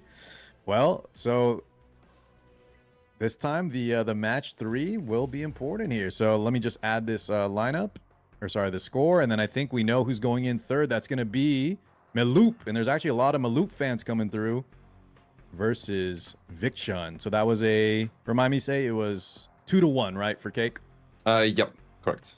We need to make sure we have Shotty's points too, because this could be important for tiebreakers. Yep. Yeah, Okay, every so point does Dragon. matter. Maloop will be on the side for Team Bread. Captains, no need. We know who's coming in third. And then Chun. Alrighty. Say, while these guys get ready, what was your favorite part of, like, the recent announcement? Ooh, I would mainly say that they're open to conversation to do more stuff. Yeah, but like the mid-season balance patch? Yeah, but to be honest, like a lot of the points they made, I was like, is this going to be catering too much towards like pay to win? Like saying like, oh, we're going to add more packs for like stability, because right now you have a lot of like people that don't spend that much that are behind on the game saying it's like, oh, because you have more resources. Well, the fun fact is that's actually not the case at all. Everyone has the same amount of stability, more or less, with like a little bit of variation on like a few small packs that you have here and there. But because of that, everyone can be at the same stage. Sure, you have less lattice investment, maybe you have less dupes, maybe you don't have every unit, but you have the same amount of stability in, so your modules and shells could be on point. And if they're changing that right now as well, it could be a little different. Also, I think we're going to look at a lot more speedy matchup than we have seen in the previous two. Well, I'll know Vic is one of those people that I was mentioning that wants that revelation of nerf. So Maloop and Chun, I like it, guys. We're bringing in, we don't see that instant hold in Sanya Rahu. Bringing in some speed, some damage. It's going to be a faster one. Yep. Also, the question back to you yourself. What was your favorite part about the whole announcement? Oh man, dude, it was probably real quick. I wanted to add on your point. I think one of the reasons maybe they're trying to add some extra monetization, this could be a guess, but I think it's so that they can add more sources. You saw the skins, right? They're talking about maybe adding some unique skins, not just recolors, to maybe get some more monetization so that they can give lattices in the future. Because I heard from C on the Discord that lattices is their primary source, right, of monetization. So if they have more sources of that through the stamina packs, through skins, then maybe they can be more freely giving out lattices. But in general, dude, I love the Ember Trek. I don't know about you, but cutting down that Ember Trek time is huge. It's kind of huge, but for me, it's like an easy streaming filling time, so I don't mind it as much as a streamer, to be honest. Say, I used to run Phantom Theater carry, so I know exactly. But dude, that last Ember Trek, did you do this months? It was brutal for me. It was. I really did not like the 42. The 42 took me a very long time. And then the 43, I think I autoed it for like 6 hours with a bad team. And at some point, it just succeeded. It's talking about the Starty? Sorry, what do you say? Was it the Starty, the 42? Is that the one you were doing? Yeah, the 42 I actually had like a lot of issues with, because every time I had like a good team against the third wave, I just lost in the second wave due to like 6 stuns in a row. And then they added the Chachi the guard, and it just started failing on the third wave and that kind of stuff. I'm like, yeah, no, that ain't gonna happen. But what is gonna happen is a lot of a faster match right here. Let's see what we have. Oh yeah, good job, Maloop. Good job, Vic. We have that Mio leading us off strong. Yep. Little Jackal Guard chip damage. Ooh, we're gonna see some Hoyan action. Like, we haven't seen too much of Hoyan because of all of the Bloodbath, and she's the worst in the Bloodbath meta. But she's just a powerhouse of like fun to watch on like these kind of tournaments. Yeah, now I'm very curious what she actually clicks for her follow-ups, and also, is she gonna land enough? Is she gonna do enough damage to the Hoyan? It's barely not enough. I was worried about this, so it doesn't proc. However, everything else is dead on the side of Chun. Wait, how did that happen? How did you kill everything except the Hoyan? That's the one thing you're supposed to have dead on your field. Yeah, that's what I was about to say. The crazy thing is now, guys, after the Revelation adjustment, I don't know what it is, but the Yellies actually don't finish Hoyan if she doesn't have attack up. Wow, that's fairly interesting, but yeah, that's where that works perfectly fine, I would say. Oh yeah, there's gonna be a quick one from Maloop taking out Chun. Holy mama! Yeah, that's definitely a very quick one. Also, you can see to the current point, a lot of the units get more to level 50. Like the last past few weeks, everyone's like, okay, as long as they're 6-star, they're kind of good to go, right? But this is definitely the point that you see the top RTA players, everyone is rocking their units on level 50, just to get that extra chip edge over there. Yeah, that's a great point. Actually, until maybe like a couple of weeks ago, my chat was kind of telling me that I need to just start leveling my units. Because yeah, I think a lot of players, right? You want to be efficient, so you save that extra XP. You just get that 6-star for the initial boost. But you're exactly right, man. Those extra stats, when you're at the top level, really make the difference.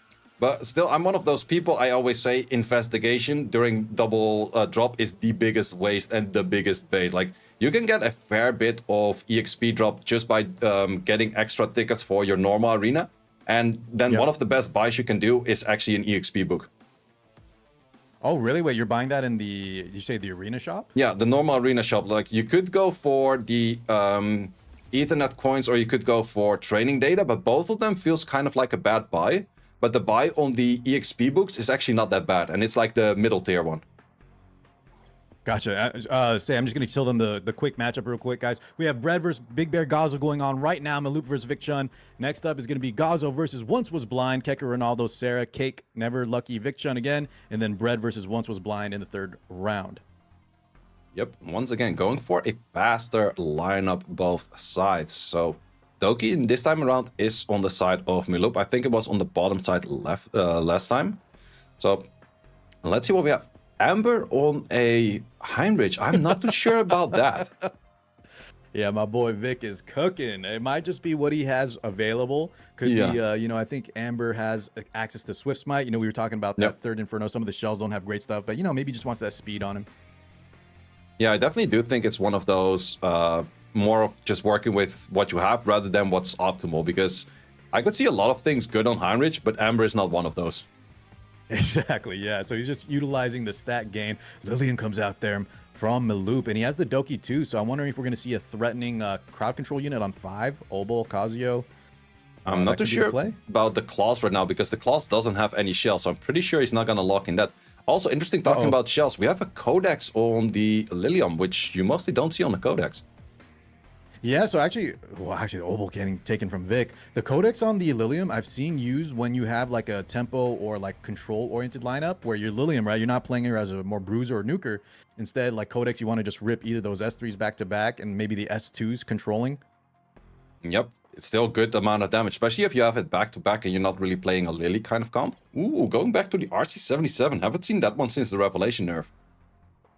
Yeah, I actually had someone in chat that's never gotten an RC yet, but there you go. Bans are coming through, guys. Yep, this is definitely going to be a quick one. And looking at the Doki and the Freya, I would say that the top team has a lot more potential for going first, but is Freya boost going to be enough on those Revelation units? That's the big question.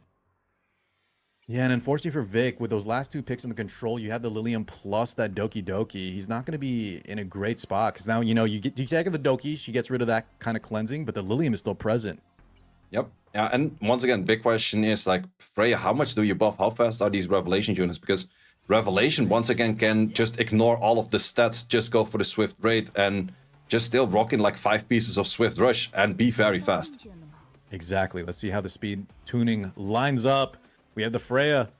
With the Freya, but we have the RC77 coming right after. The Messiah is actually a whole bit slower, so let's see if just the skill 3 is enough for this RC77. Lots of pushback coming in. The Revelation.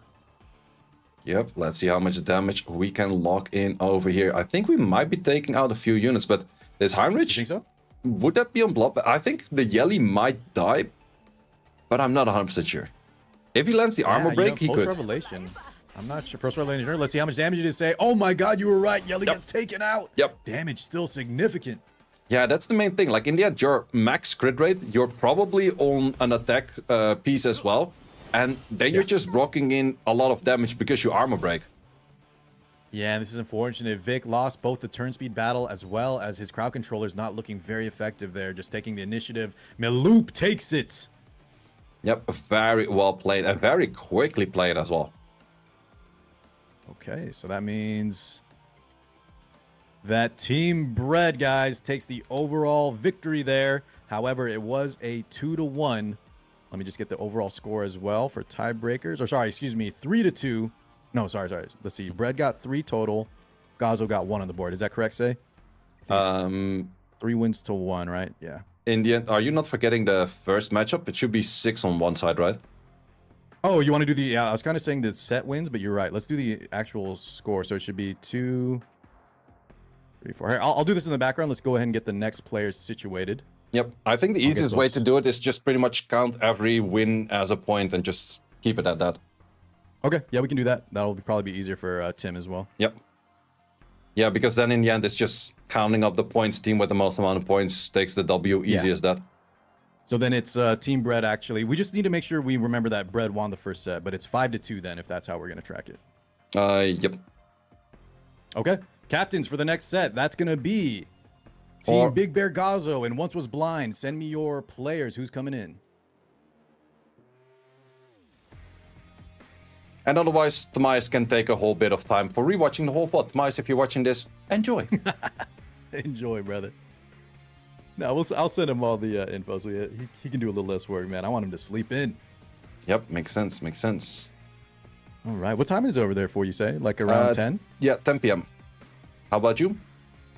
3 p.m. in the afternoon. So you're -7, that means Texas, I guess? That's right, dude. It's so funny you know that. And then for me as well, a lot of my viewers are EU, so I know you were around +6, +7 probably. Yep. Yeah, depending on like daylight savings and stuff, yeah. Okay, guys, I have once team coming in whenever Bread is ready. Or sorry, not Bread, Gazo, right? Yeah, Big Bear Gazo. Yep. Actually has a bit of a disadvantage because the opponents that he's facing against right now just saw all of the players just play before. Yeah, good point. So say the team for we haven't seen Once Was Blind yet. We have Keker, Ronaldo, and Sarah. Do you want to give the viewers a little rundown on any of those players you have intel on? Well, Keker, I think, needs no introduction. The man is absolutely insane. Won the EWS. Then we have Ronaldo. I'm actually not too familiar with. And Sarah's one of those players also playing for a very long time. Also pretty active on the Discords with giving feedback and all of the kind of good stuff. Definitely likes the style of more CC controls. I'm not sure if she's playing that still, but absolutely did love her Kraken back in the days.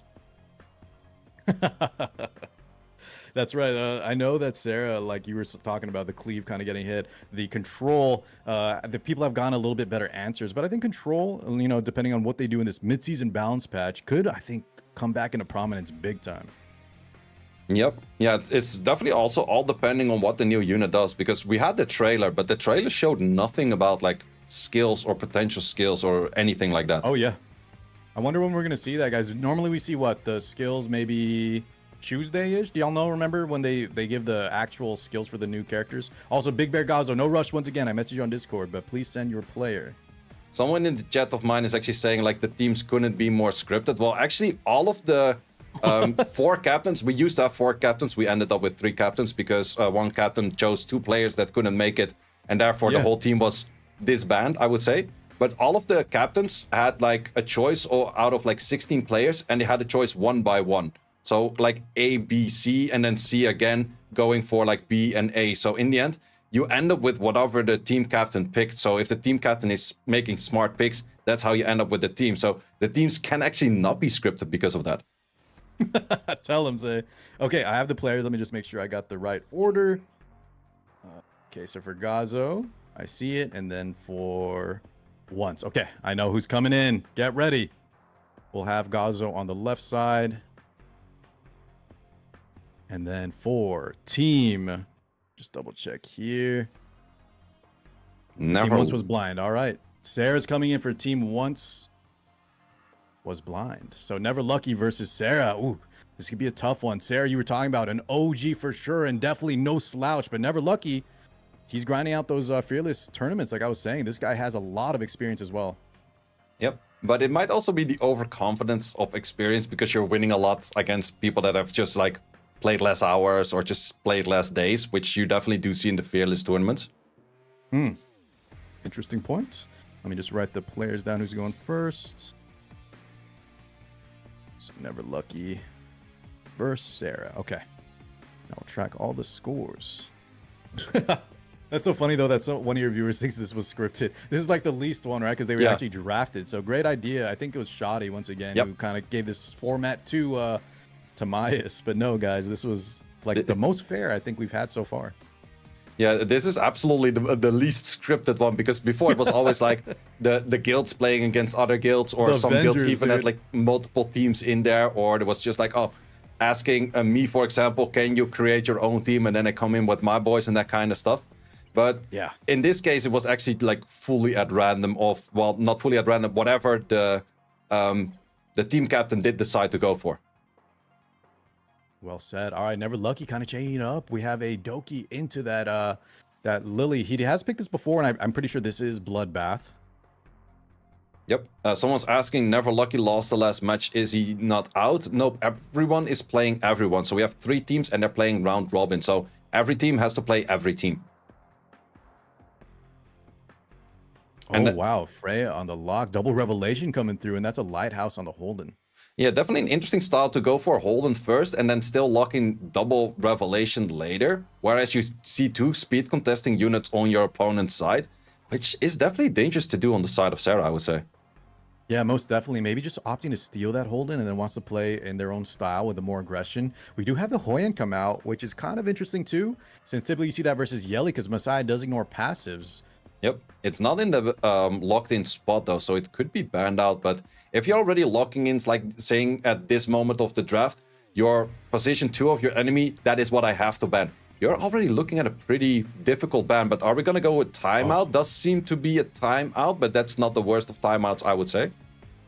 Yeah, maybe I think it was close enough that it potentially was not a timeout, but you had a great point there, guys. And a lot of times, if you're new to drafting, the order in which you pick the drafts, and then depending on if you have to must ban early on, you're putting yourself in a losing position, like Say was saying. Yelly gets taken up on the last spot, so that Hoyan, I think, is advertised that we probably got to get her out of there. Yep. Big question right now is that Lily or is that Doki on Bloodbath, or is it still Swift Rush? Because if it is Bloodbath, you will outspeed those. So big question is on that. Also, the Heinrich does actually counter the Hoyan. Sure, Hoyan can take out 1 unit, but it loses at least that Soul Ward.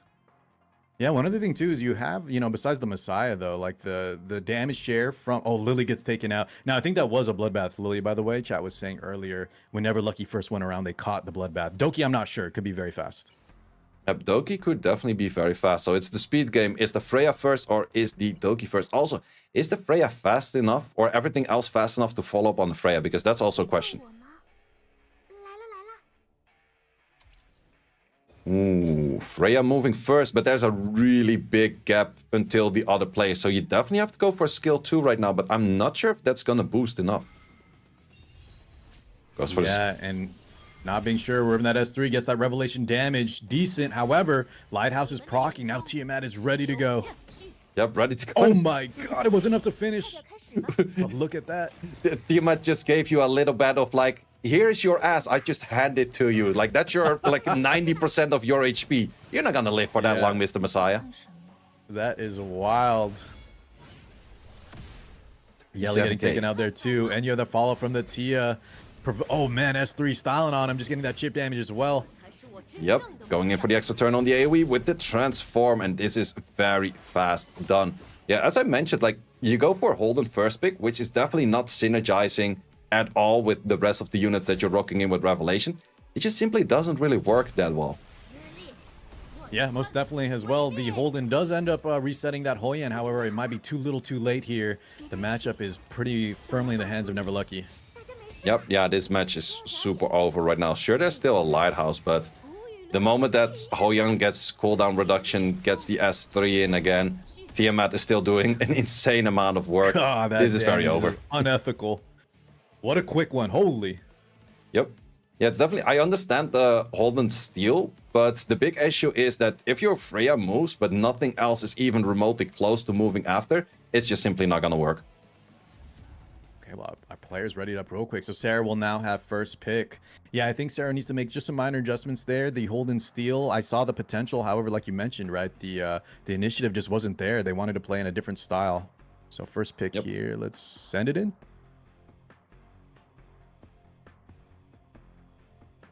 I believe I chose the right. Sarah on the blue. If not, we'll fix this up in a second. I think Sarah was on the red, but I could be mistaken. Oh, sorry. Players, restart that for me. I think I might have chosen the wrong color. I think they can just cancel it out. Yep. Apologies. So. I was reading the notepad and writing that down at the same time. Yep. Too much management. Yeah, my brain. Yep, NeverLucky as Apologies, first Sarah. pick. NeverLucky, if y'all can just, I think, what's the best play here? Just go through it and then, can we cancel this out or no? Not sure if they hear us because they're probably in call somewhere. Oh, okay. Hold on. I need to add them. Let me send them a Discord message real quick. Yep. Sarah. Apologies. Gave NeverLucky first. If you guys want to restart it, we will fix. I think Okay. Sarah would like a restart because I wouldn't be surprised if she wants to lock in that Lily first. Yeah, 100%. We will fix this, guys. No worries. Okay.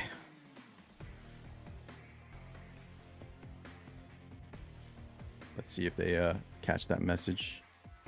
Apparently. Oh, actually, guys, this just in. Sarah said she likes second pick, so Okay. that is an option. I think the losing player gets to pick their side, so it just kind of worked out. My mistake turned out to be okay for Sarah. Okay, Not too bad. That's totally fine. Still not sure how that's favorable for her right now, but let's see how that works out. I trust in Sarah. Zaya on the locked-in position next to two boosters. That's always super dangerous when the enemy side is only showing Revelation and White Fang kind of things. Taking away, going for the Holden. Holden on that lock position, very strong into units like Lilium. If he gets to go first, which typically he is faster, you know, we do have to depend on that Freya, but if he gets that reset going, right? Yep. Or Also the S3 armor attack break. Super strong, yeah. Yeah. Okay, how does Sarah adapt here, though? That first game looked a little rough. Yeah, definitely has to go for speed contesting units with this kind of playstyle, but not sure if she has them available right now. Okay, that's... Oh no, was that a lock-in? I think it was a lock-in, because locking in 3 units that fast back-to-back probably makes sense that it was an auto lock-in. Especially also, some of the units are just common locked-in because, like, what was your first level 50? Most likely a damage dealer. Ooh, interesting one over there. 3-turn speed buff, but also a attack bar gauge for your highest attack unit, I think. Yeah, no, Sarah bringing into the content, guys. Our first Nell that we've seen ever in these weekly tournaments. Yep. On Artisan 2, interesting. Yeah, let's see how much it does. On the other side, we have a very well-rounded team with DPS, healing, also a lot of turn manipulation on your own team. Lots of turn manipulation for sure, man. Yeah, that Doki, that Lily. Then you have some strong bruisers with some healing. NeverLucky, very well-rounded draft. Sarah a little bit more on the full aggression side. Has a lot of speed up, but like we saw, if there's any cut-ins, that Freya getting taken out. Can this Kraken do enough work? Are we going to take out maybe the Doki? We have to take out the Doki. Ooh, not taking out the no. Doki. I think this Kraken is gonna have a bad match at this, but let's see how that works out. Yeah. For now, the code doesn't work just yet. Someone has to activate it on the backend, but I think all of the people are sleeping in China right now. Yeah, guys. The code was definitely supposed to be live, so don't worry. We will let them know. Ooh, Kraken being very fast. But, uh-oh. That is a resistance issue right there. Now, how much can she do? I do like that she's an artisan, very similar to like Lily, maybe. So she doesn't need a lot. She has some extra sustain or the, you know, the survivability through the barriers, but let's see. Well, big question for me is as well, like, for the S2, was that a heal or was that a attack bar gain? Maybe it was a heal. You're talking about on the Nell? Yeah. Nope. You know what? I'll be honest. I haven't built this unit yet. It actually was both. That is the answer. So we do have a Messiah taking the turn right there. And good amount of damage coming in. Good amount of damage. You have this on. You're ready to go. S3 going to heal up. Quite a bit. Purify goes off. Holden ready to go as well. Yep. Plus, in this case, we do not have a Law of Silence on the side of the Lilium. Because of that, we can just deny the turn meter and increase the cooldown. That was the bad thing about this matchup when you have the Lilium into the Holden. Interesting enough, White Fang, but still bloodbath. So the Lilium still has that going for her. I think we were talking earlier that might just be Sarah wants the bloodbath, but maybe hasn't found that perfect shell yet. Yep, that's definitely an option. Well, then again, if you go for a shell where you're ignoring like half of the modules that are on it, it is a lot easier to obtain. Yeah, true. You just forced the BB. All right, a lot of damage though from the hold in Jackal Guard, adding some extra on the top. Sonya getting S1 healing going. Sarah getting low on health here. What can Nell do? Yep, this is gonna go for the debuffs. We got the vulnerability in there. Oh, but we actually have a cut in from this Sonya going in for a lot of healing. Going in with those gigabytes that you like so much. Yeah, the gigabyte value is just there. Now, Sarah was showing a lot of damage, but like you mentioned, the cut-ins. Yep. NeverLucky just able to sustain, and there you go. Messiah taken out. Yep, and in this point, well, the Kraken was just in a really off match. The first rotation he had was pretty nice, but most of the time, a Doki Doki is on a Bulwark set, so even with just that, you're just simply not going to get any stuns in. We talked about how strong the Doki unit is, and that maybe Sarah was, if we want to go for that Kraken. You know what I was thinking though? Maybe Sarah thought the Kraken was going to be enough to bait out the ban, but it was a lot of times when you have that 50-50 guess, it doesn't pan out for you.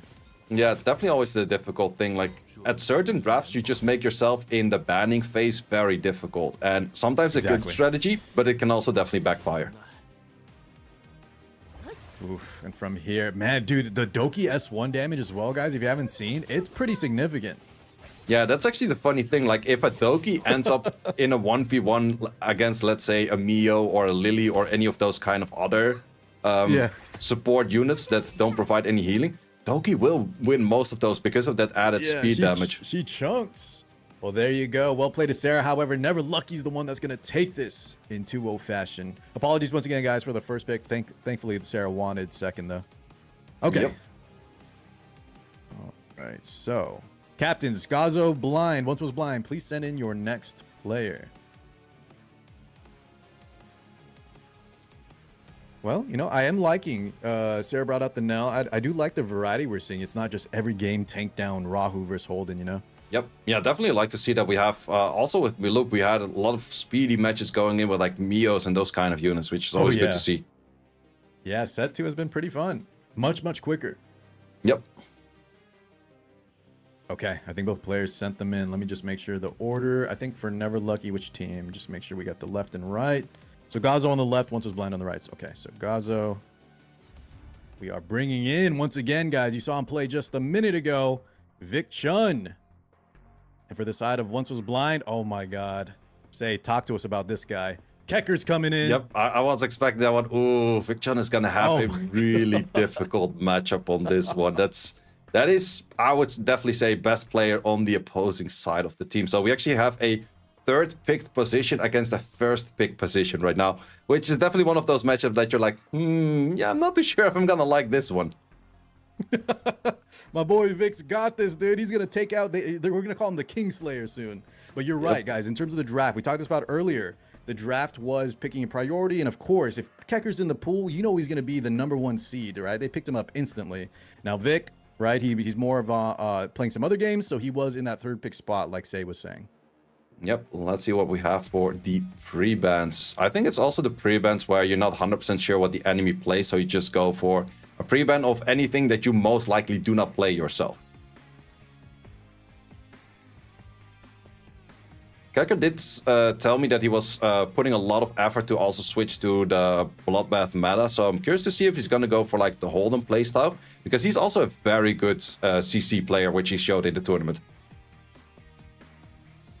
Yeah, that's right. Say Doki Doki getting taken out. Holden, Keker, man. This Keker guy can do it all. I don't say you were in the you didn't get to play 2 weeks ago, but Keker was showing us some crazy stuff against Depor. He did end up losing, but both of those guys, Depor and Keker, were showing both control, aggression, bruisers. These guys literally can do all playstyles. Yep. Yeah, it's the tournament I was in, but we lost against the team of Depor, I think. Oh yeah, that's right. That's right. Going in for definitely the kind of style of bruiser on the side of Keker. Ooh, still locking it up with a fast unit over there with the Tsukiyomi. Suki comes through. Let's see what is the locked in position for Vic Chun at the moment.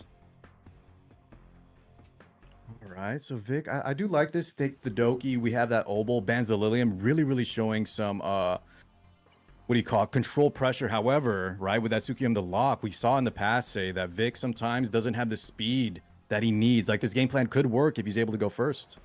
Yep, but also once again that Heinrich sitting on the Amber, it's one of those things like I'm just not feeling it. Like, I feel Revelation, I feel Codex of Magic, I feel Jekko Guard. I even would say I argue for the Black Moon, but Amber is not in that list. Like, I would even argue for a Gigabyte.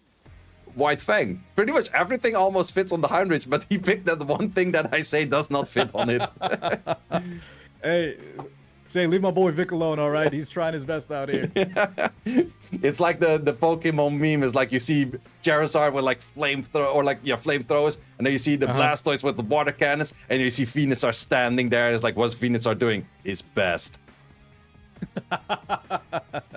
Absolutely love that meme.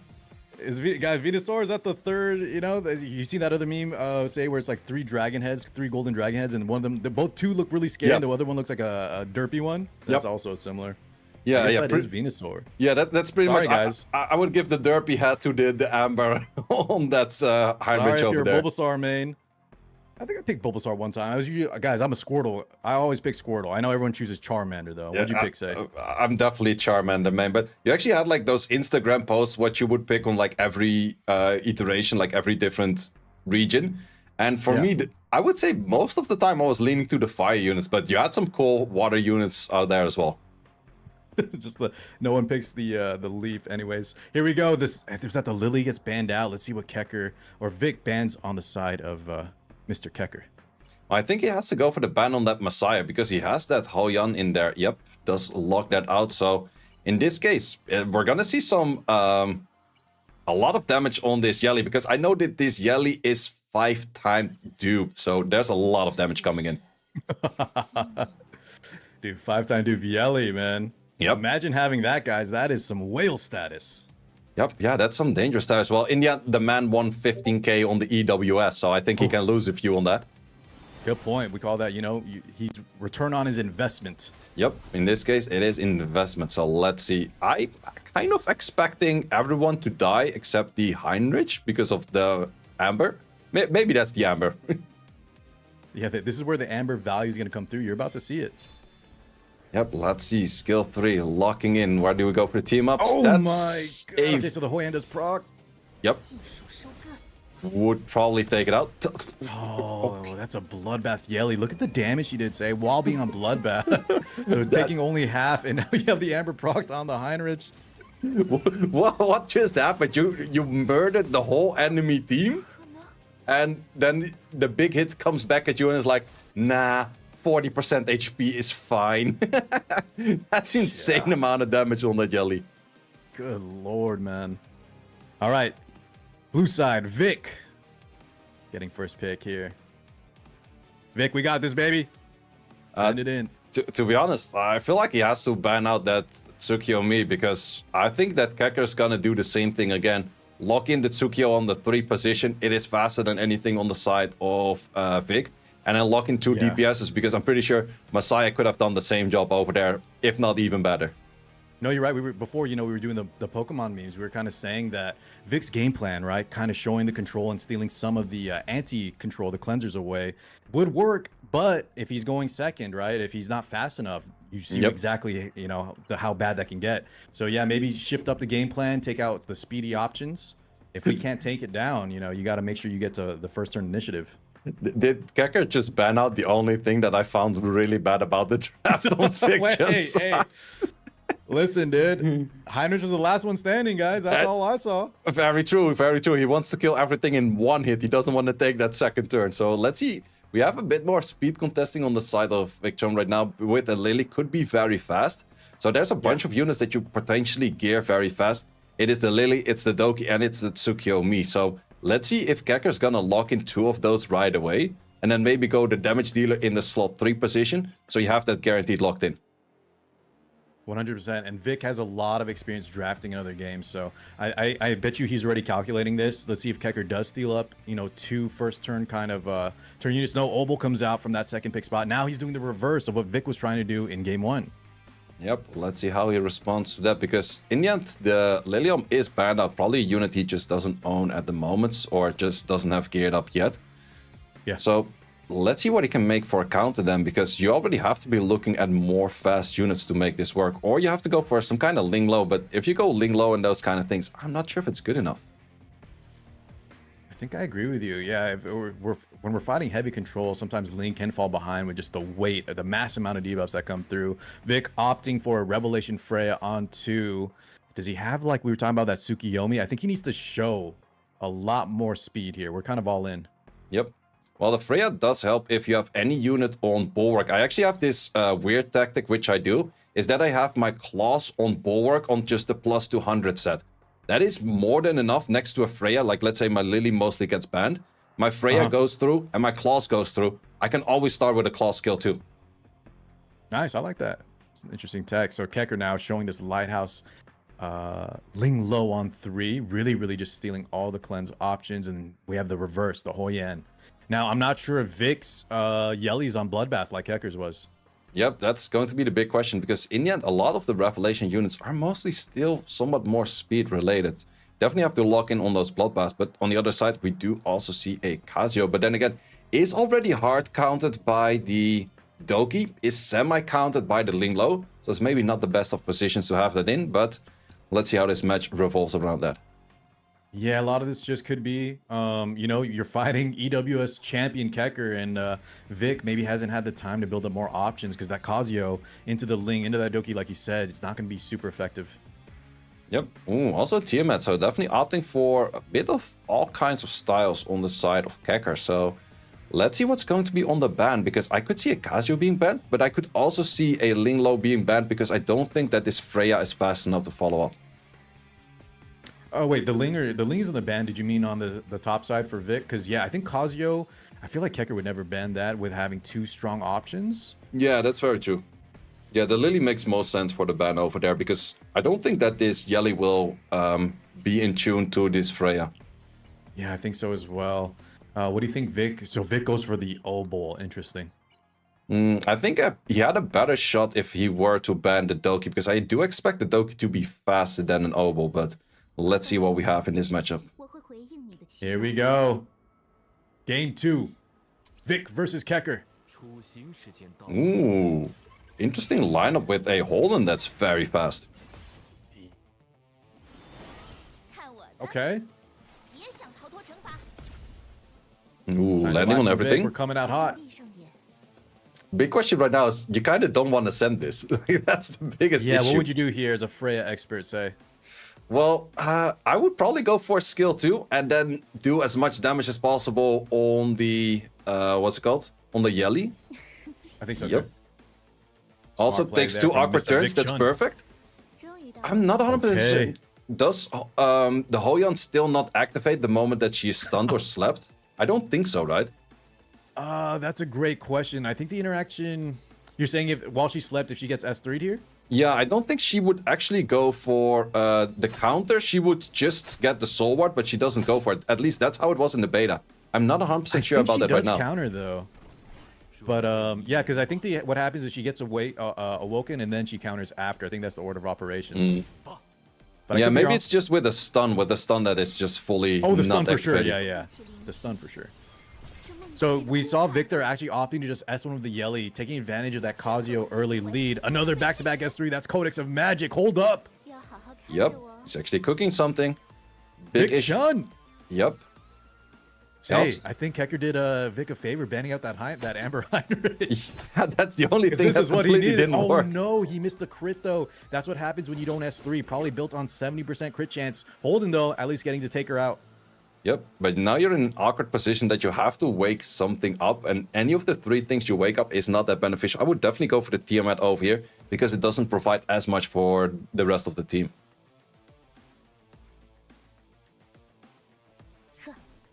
Okay, this one into that Hou Yan.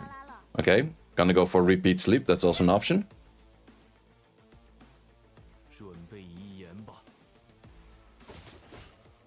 I'm still somewhat scared of the damage that the Hou Yan might do at a good moment, so it's definitely the big question, like when do you take it out and how you're gonna take it out? No, 100%. Vic is not out of the woods just yet here. He has to navigate this landmine very carefully. Ling finally getting a turn. Yep. That's some immunity for the team.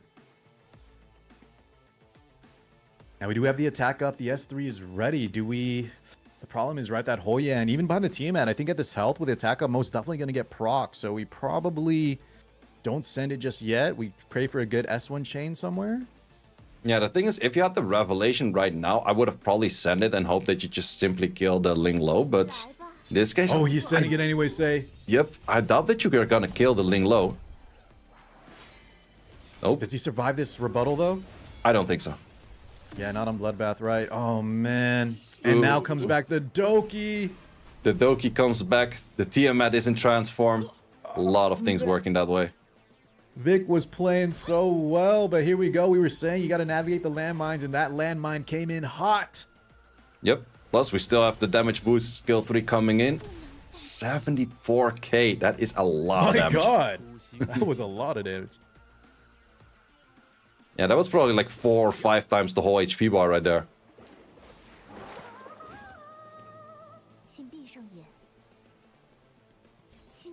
I think from this position, say, do you see an out here? I think there's just too much. We already gassed out Kazuyo Gun. We have a Holden. I don't know. I don't see a potential W. You have Tiamat in the transform. It's gonna take a while for the Hoyon to get her skills in, but skill 1, as long as the skill 1 is skilled up, it does do a good amount of damage as well. And yeah, Vic does throw in the tower, respecting our time. Vic, I really like the early game potential there. Yep. We were looking good against Keker, man. Not bad. Yeah, I definitely did like the style where Holden was the fastest unit, right away followed up by the Kazuya, but in the end, was not good enough. Yeah, that's right. Keker, EWS, not finalist, grand champion for a reason. And we'll take it up 2-0 for his team. Yep. Okay, so let me just write this down. Say we got 2-0 or 0-2 now for Keker. So NeverLucky won against Sarah 2-0. Now Keker took it over 2-0 here. So we actually need this to win the set. This is actually our game 3, and that's going to be, we got Cake for Big Bear Gazo versus Ronaldo. We haven't seen Ronaldo play yet, right? Yep. Yeah. Yeah, I haven't seen just yet. Seen Ronaldo yet. I think that's the last player we haven't seen. Correct. Okay, let's throw in the players. Random first pick.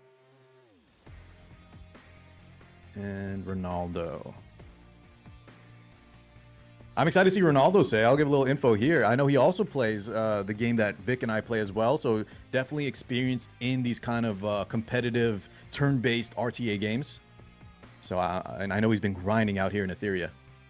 And good to hear. Let's see what he can bring to the table against Cake, because Cake is not an easy matchup.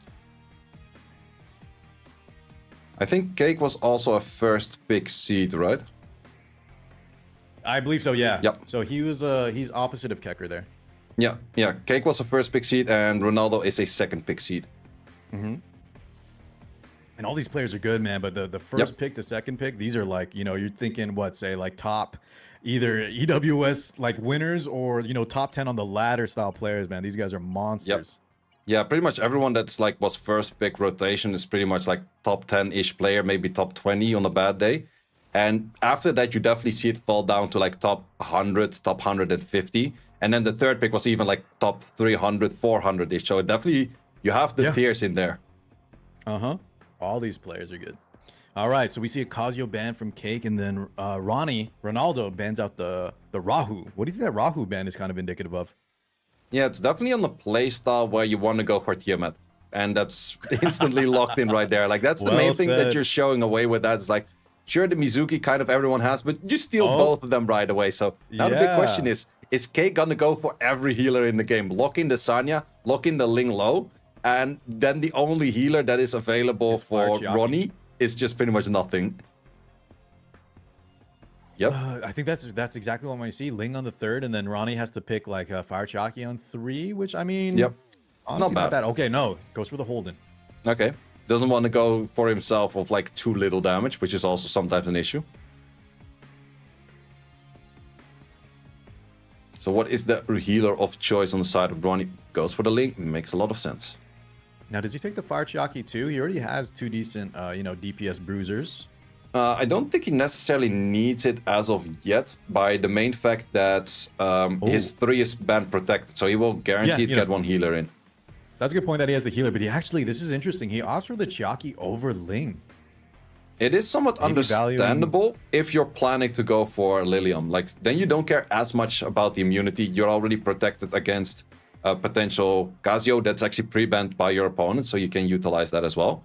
And yeah, the only thing I'd be worried about, say, is if like Cake here on 3 and 4, is it or 4 and 5, maybe pivots to some control, and then you have that you're threatening that Lilium ban. But maybe that's too much to ask in the draft here.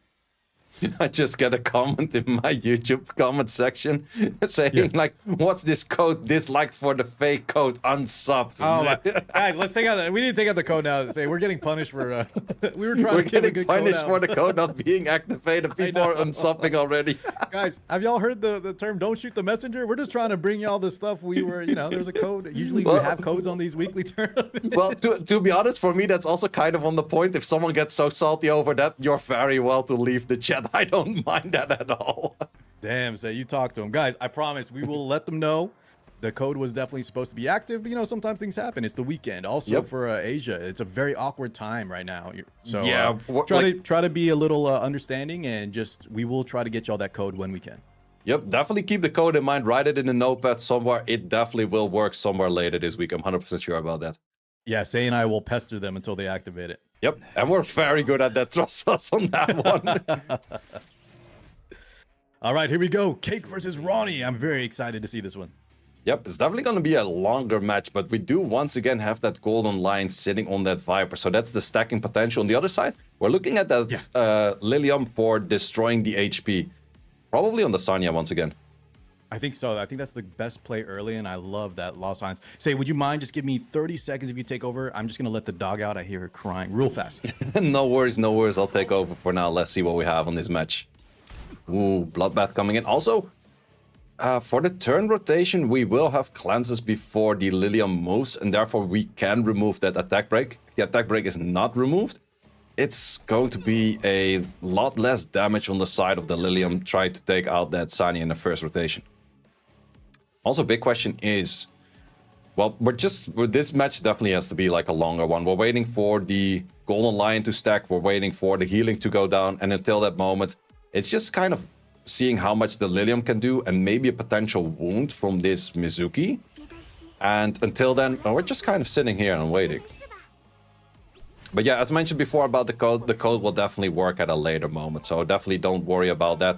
It's 4 a.m. in China, if not 5 a.m. in China right now on a Sunday morning. So probably someone forgot to turn it on and then was like, ha, I am having weekend. So it's like, that stuff just happened. We're all human in the end. Ooh, also removing that attack break. So we have a full potential hit on this Sanya.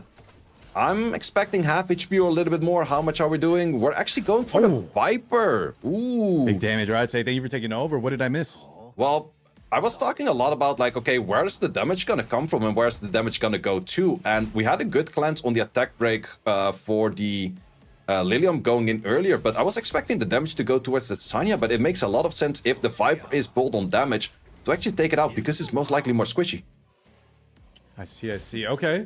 Whoa, look at the damage coming through from that hole in Lilium. Now 1 health in a dream. Oh, the big heal, though, from the Chiaki. Origami Guardian activated. Yep, that's a good 12.5k heal. That is so much healing on one of those squishy targets. Okay, kind of going back to neutral a little bit. Man, these units were getting very low, though. We saw that Viper almost dying. Now the Lilium back and forth. But we have a Holden turn coming up right here. If we armor break connect early, it was halfway in the rotation, so good damage, but could have done a little bit more if he landed that on the very first hit. Yeah, 100%. How are people building the Golden Lion Viper? A lot of people seeing this Viper. Chats. Say Shizo chat, my chat. Let me know what y'all think about this Viper play. He's been putting in work. Guys, check out Bread's YouTube. I know he's one of the people that's innovating this style, especially versus Liliums. Yep. Yeah, I think he goes for like a crit rate, crit damage, and then for defense is what I heard, but I'm not 100% sure about that. Okay, wow. So this was a 1-0 lead for Cake.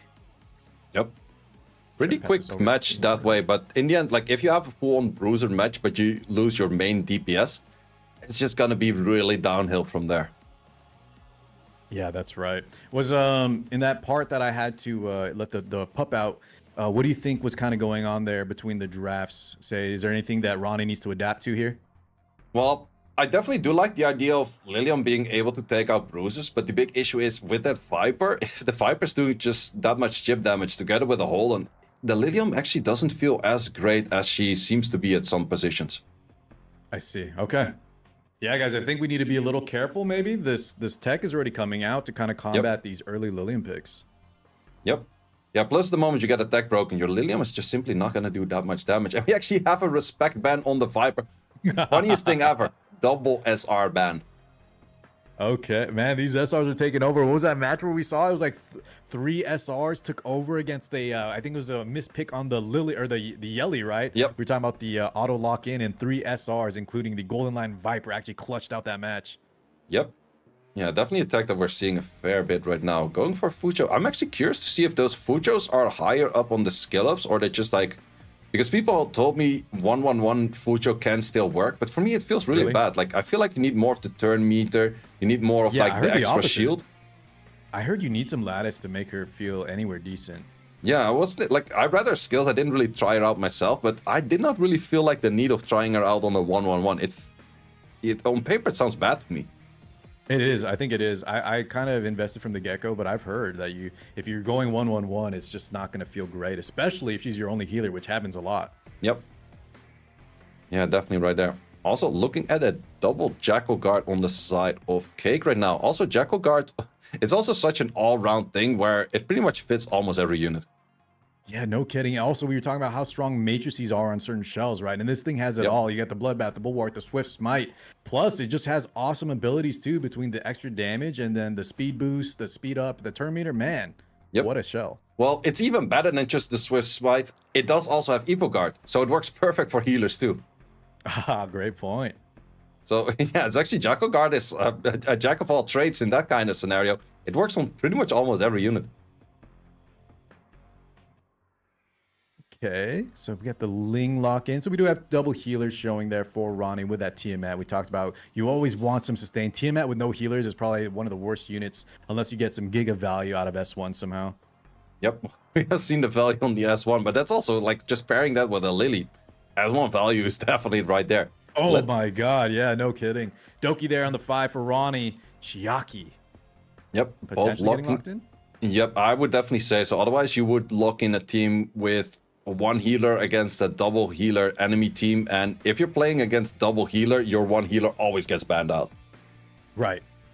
Okay, so the Fu Shou is actually the one that Cake decides to ban out, and I love these lilies that are coming through. But unfortunately, she does get taken out. I kind of wanted to see how they operate on these bruiser lineups. Probably on Bloodbath for sure. Yep. Yeah, I'm still running mine on Swift Rush, but I'm opting to go for Bloodbath scenario as well. But then again, I just really like to take first turn. I'm definitely not as high as these people out there, like in the ranking, but I like my first turn. No, I would say you're definitely more of like an aggro player, right? So I feel like you just stick to your guns and the meta should shift soon. Yep. I'm definitely hoping for a bit of the meta shift right there. But until that point, we're looking at this match with a lot of bruisers. The typical bruiser lineup, guys. Healers on both sides. Rahu, Holden, Tiamat, Mizuki. Buckle in. Maybe grab a snack. Grab a drink. It's going to be a longer one. Yep. Well, the big question is, like, I could see damage once again coming from the Holden. Armor breaking, team up with the Rahul. Good timing on the defense buff. That's going to be killing out units. But on the other side, Tiamat at a good moment can also do a lot of damage on skill 1. Yeah, most definitely, man. Now, do you think Tiamat, how do you feel like if, guys, we're saying bruisers are really strong, right? Holden buff came out of nowhere. And by the way, I'm just trying to, this match is going to take a while. So I think it's time we vamp a little, talk about the current state of the PvP balance. What bruisers do you think maybe besides Bloodbath should get looked at? Well, to be honest, the Holden buff was very weird because even without the Holden buff, I would have said that Holden was already a great unit. 1,000,000%, man. Even Rahu. I know Rahu's a little bit lower on the bar because he's strictly just a bruiser. Holden has so much utility, but I think the combination of Rev Nerf plus these bruiser buffs was just why we're in kind of this this very, very tanky meta. Yeah, I definitely do think that all of the bruisers feel very strong. We actually have all 4 main bruiser damage dealers on the field right here. The Mizuki, the Tiamat, the Rahul, and the Holden. All 4 of them, I would say, could use a little bit of a down tuning, but it's also just the Bloodbath enabling everything to be that strong. Yeah. So let's see. And guys, by the way, when they said they're going to nerf the Bloodbath, if you missed it, they're actually adjusting it just for PvP like they did with Revelation. So that's kind of nice, at least. Yeah, I definitely do like those switches. Like, there's also a bunch of games that at some point says like, oh, we don't want to make too much of a switch between PvE and PvP. But because of that, you're always kind of messing up one or the other because they're just very different game modes. Like, against Rengoku, you want to use a Bloodbath if you're not killing it fast enough. If they mess that up, you're not necessarily nerfing Rengoku, you're buffing Rengoku. Yeah, 100%. Okay, Tiamat activated. Maybe damage. Oh, not bad. Damage coming through. Not bad, but I'm also waiting for that one moment that you gotta hold them plus a Bramble proc off that Rahul and just doing a lot of damage. But say, hold on, we have that wound on this Rahu. Chucky has no available cleanses. You'd have to rely on the Sonya S1. Yep. We see a clutched kill here onto that Rahu potentially. Yeah, actually, this Tiamat is doing a lot of work. We were talking about the Rahu and the Holden, but on the other side, we have a Tiamat. She's already been nerfed 2 or 3 times, still doing this kind of work. Sorry, I'm just replying. So Bread was actually saying Tiamat weakest bruiser. I wonder if he means, like, is that below Lilith Born? Bread, I was going to type to you. Tiamat, is that number 4, like behind Rahu Holden, Mizuki, or even below the likes of, like, Lilith? Okay, wait, say he survives on 1 health and Sonya has S1, but the cleanse comes after, right? Or the... Ooh, yeah, let's so we see. don't get any... Oh, no, okay. We So do get the cleanse healing. time, I was actually curious. Yeah, Yep. decent heal. A good amount of healing, but then again, Tiamat just says, like, give me 2 turns instead of 1, I'll make it work. Ronnie, though, really in the driver's seat. Damage adding up, though, on the Doki, kind of evening out a little bit. Just a little bit, but we've got some turn meter again. So Tiamat, not too much of getting turn meter just yet. Okay, that Artisan. Yikes. Clutch timing. Look at that. Holy mama. 22k shield on that unit right there. Armor break sitting on the Doki right now. Can you utilize that? Are your units taking the turns fast enough? Ooh, good hit from that follow-up. Big hit. And if you're Ronaldo, you hate this because, say, we saw how close that that Rahu was to dying. Now, of course, you do have the revive from Sonya, but that's still a lot of momentum because he'd be lower on the bar. Yep. Yeah, and this is actually the moment where if the teammate was able to kill just now, this is always the moment like, ooh, if I just had that 1 extra lattice investment in my unit, it would have done it. As a veteran RTA gamer, you know sometimes it's lattice gap. I don't know what they call it in the other games, but lattice gap, gear gap, right? Yeah, you just needed that little extra bit of stats.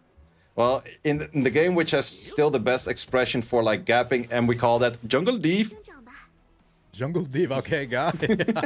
Doki almost dead here, gets the assist. Even with that miss crit, gets taken out, 3,900 to the dome. Yep, that's a lot of damage. And that's also the combination of a Holden plus a Rahul. You have so much potential for a good follow-up on top of an armor break, and then you're just looking at a lot of damage.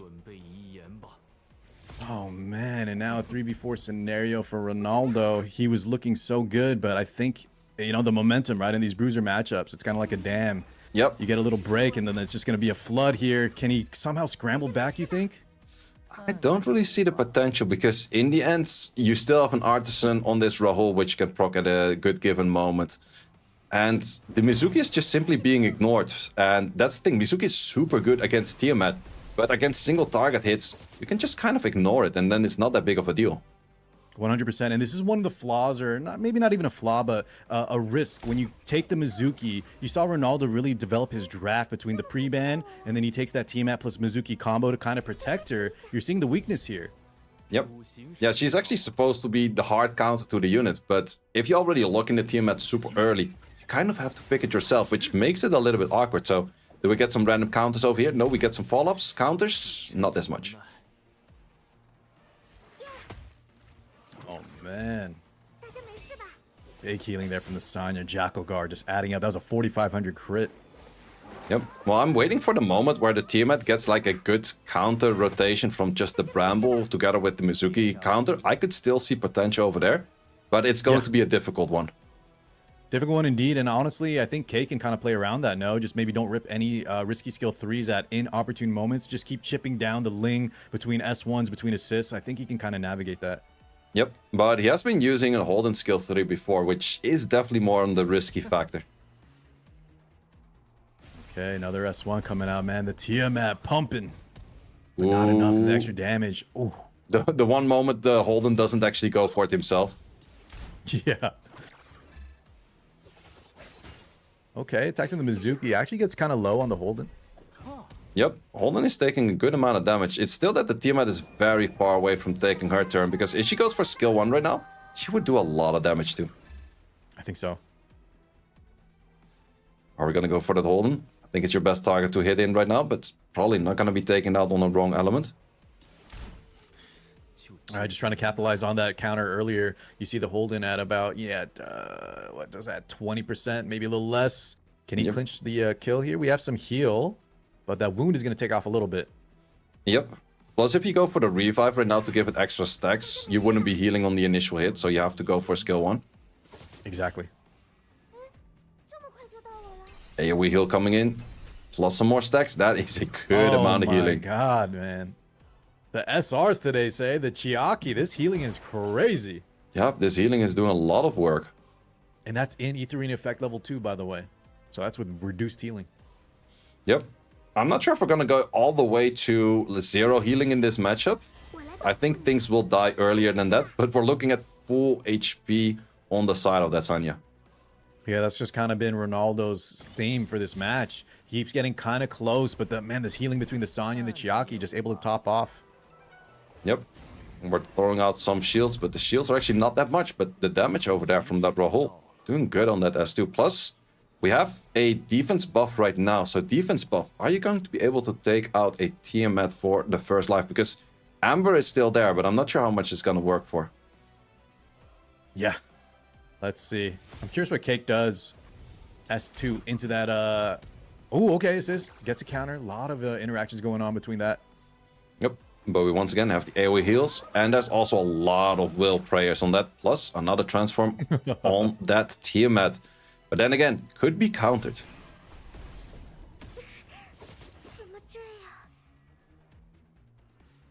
The damage a little lower than expected. She was pretty healthy there.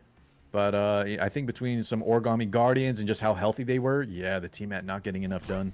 Yeah, plus you have the defense buff on the side of... Oh, yeah. The defense buff is just a good amount of damage decrease right there. Okay, Holden does have skill 3. We're letting it rip. Kate going in hot. Bramble counter. Do we get it? No, we nearly take out the Ling low. This Rahu is awake, by the way, too, man. We saw earlier Rahu kind of not pulling his weight. He is activated right now. Yep. Well, that's also the really big difference between a Rahu that's skilled up and a Rahu that's not skilled up, because that's where he wakes up from. Well played to Ronnie. I think he had definitely some potential there. He could landed a kill super early, and then from there, I think he could have swung the momentum. But Kate clutching it out 2-0 for his team.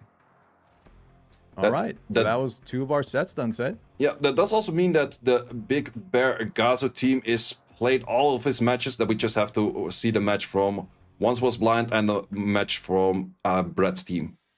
Yes, great point. Okay, so Brett, if you could do me a favor, I see you typing in the chat. Could you let me know in DMs who your player is going to be coming up first? And then Once Was Blind, you as well.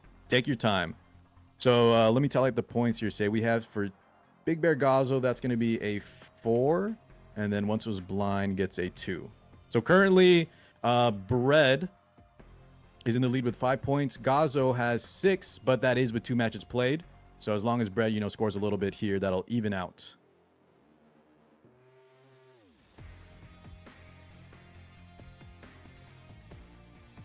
Okay, let's see what the players opt to send me. I have one of them in.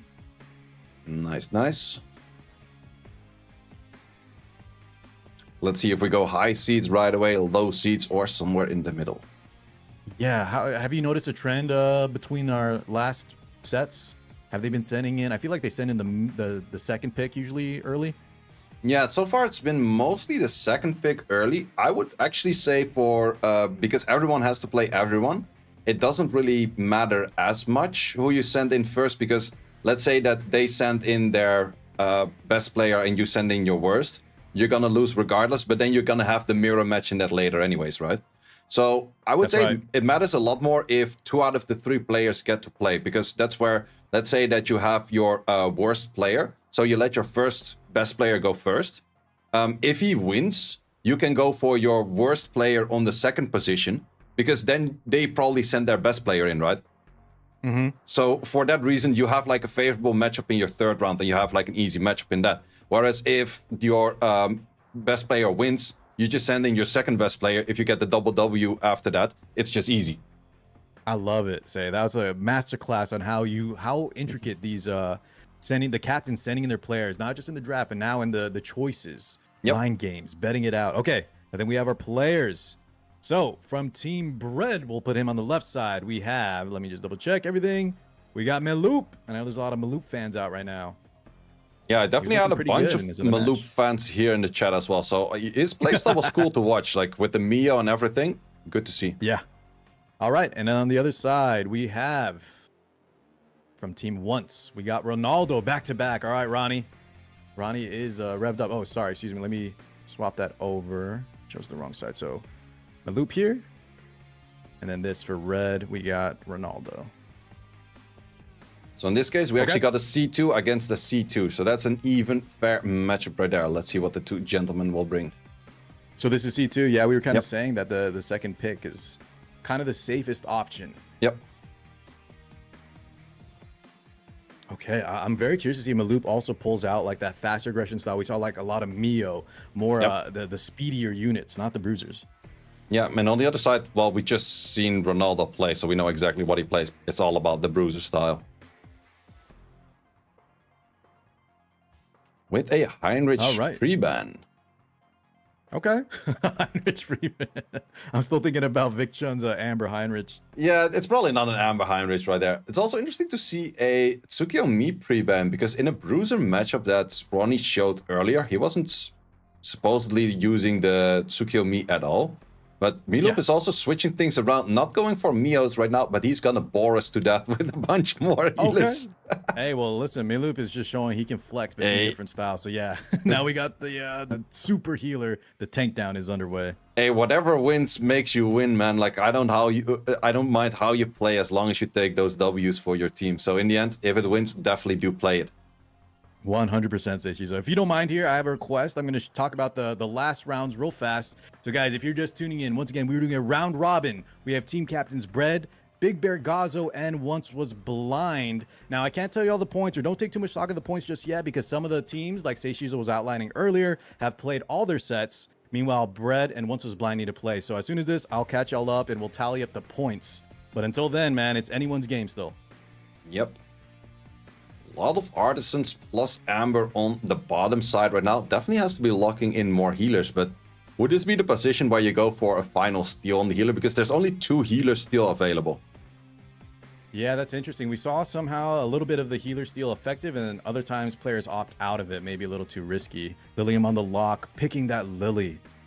Yep. Jackal Guard. Lily on the Jackal Guard. Lily is still super strong next to a Lilium, so unit that can always work. You know what? I haven't been looking at this Lily unit ever since we kind of went full bruiser. Instead of, I would just kind of use her as like a speed contester, but now I need to swap to this Bloodbath and take notes of what these bruiser players are kind of utilizing her. Yep. It's actually funny for me to see that a unit we haven't seen utilized today at all, which is actually very much in the bruiser meta, is a Lilith. Is she just not really working because of all of the cleanses and heals? I'm not sure. Yeah, I feel like there's always been some players like Bread that say like she's very good, and then another time like I'll see other players try to rock her. I think it is just that distinct difference, right? The other bruisers maybe a little safer. A lot of times you have to have that different type of playstyle with her, where you have to watch out for cleansing, you have to watch out for immunity. Yeah, it's definitely an interesting one. Plus, I think she needs a fair bit of lattice investment, at least on the skill 3, potentially also on multiple skills, to make the full potential of her. God, we need some lattices, please. Lattice. Yep. Some of the tofus. Oh yeah, that gold tofu, that good stuff. All right, so we do see a Kazuya come in on 5. Always very scary, especially when we only have the Linglo. Yep, I see a potential where the Linglo is banned out, but then the fun fact would be all 4 of the units on the bottom side have potentially a counter. I want to see a full AoE go in, and then 4 units just gang team up like they do in prison. It's just slapping the living shit out of someone. 4, yeah, you get 4 shanks going on. Jesus, that could be something that could happen. Hold on, Holden though gets taken out. So let's see. Oh, the Lily. All right, so we do have that Kazuya versus the Linglo matchup. Not going to see the 4 counters. Yep, that's too bad. That would be cinema right there, absolutely. Because I'm pretty sure I've seen it before with my Freya skill 3. 2 counters, Freya dead. Their team fully alive. Was one of those like Tiamat? I feel like if Tiamat's in one of those counters, that true damage coming through is just so much. Yeah, just the Tiamat plus a Holden, then you can say goodbye to your Freya. All right, Kaz leading us off. That is a Bulwark on the Ling. They'll push back, attack breaks, but the Ling coming in not too long after. However, we have that initiative. Codex on this, we saw this earlier, the Codex on the Lilium. Yep, let's see where it wants to lock in the damage first. Most of the time it goes into the Tiamat just to lower her damage output, which I think in this case is a good option to do as well, because Linglo is moving later, and because of that, it's gonna get cleansed anyways. Yeah, 100%. However, he does have to be careful, right? The Amber. So if you actually interlock her and then accidentally kill her, the Amber procs, she actually can go all the way back to full health. It resets that the lock. That is very true. So let's see. Does seem to be going on the Tiamat. Does go for the Tiamat. Oh my god! There was a slumber. Damage. There was a slumber on the Tiamat, so because of that, you also have damage improve. That's right. I believe it's like 25%, something like that. Does it say here on the tooltip? Yeah, 25% extra damage on top. Yeah, that's a good amount of damage to have removed off right there. It's also one of those things you can send in the first hit and then just leave her for a bit, not trigger the Amber all the way until the end, but you just lower her damage output by legit 60%, I would say. 1,000,000%. I think that's a very good strat against the Tiamat. So you're going to see here, the Ling's going to top off, but she's only around 40-something%.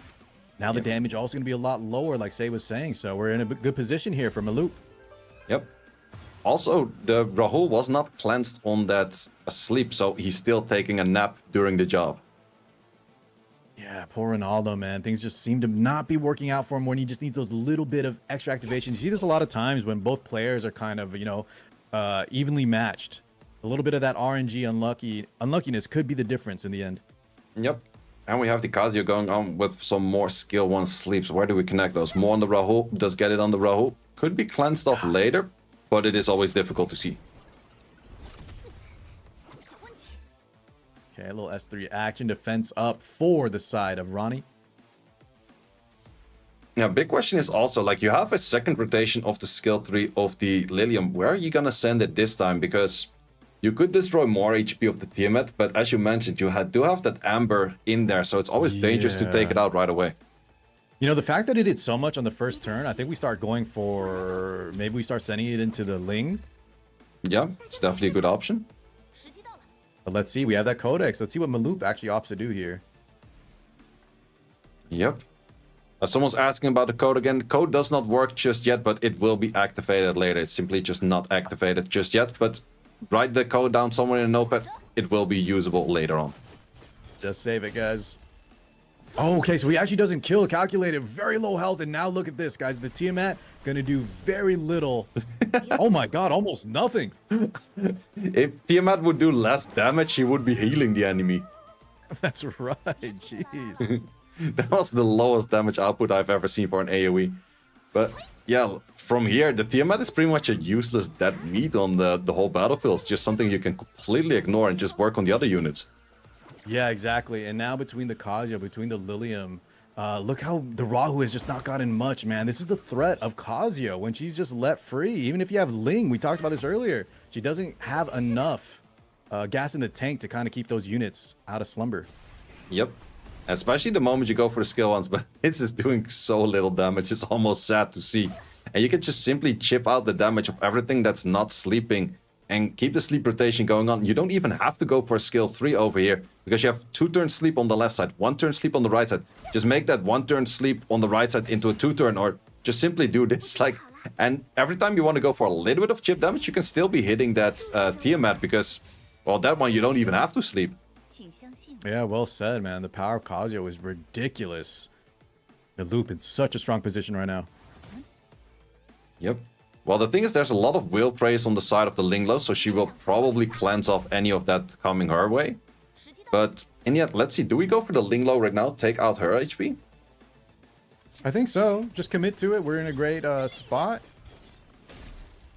Yep. Yeah, look at that damage adding up. Oh, wait. The damage here actually procs the Tia. So, the thing is, though, he's still not in a great spot because the Amber, the healing is not quite there, but that is going to remove the entire destroyed HP, guys.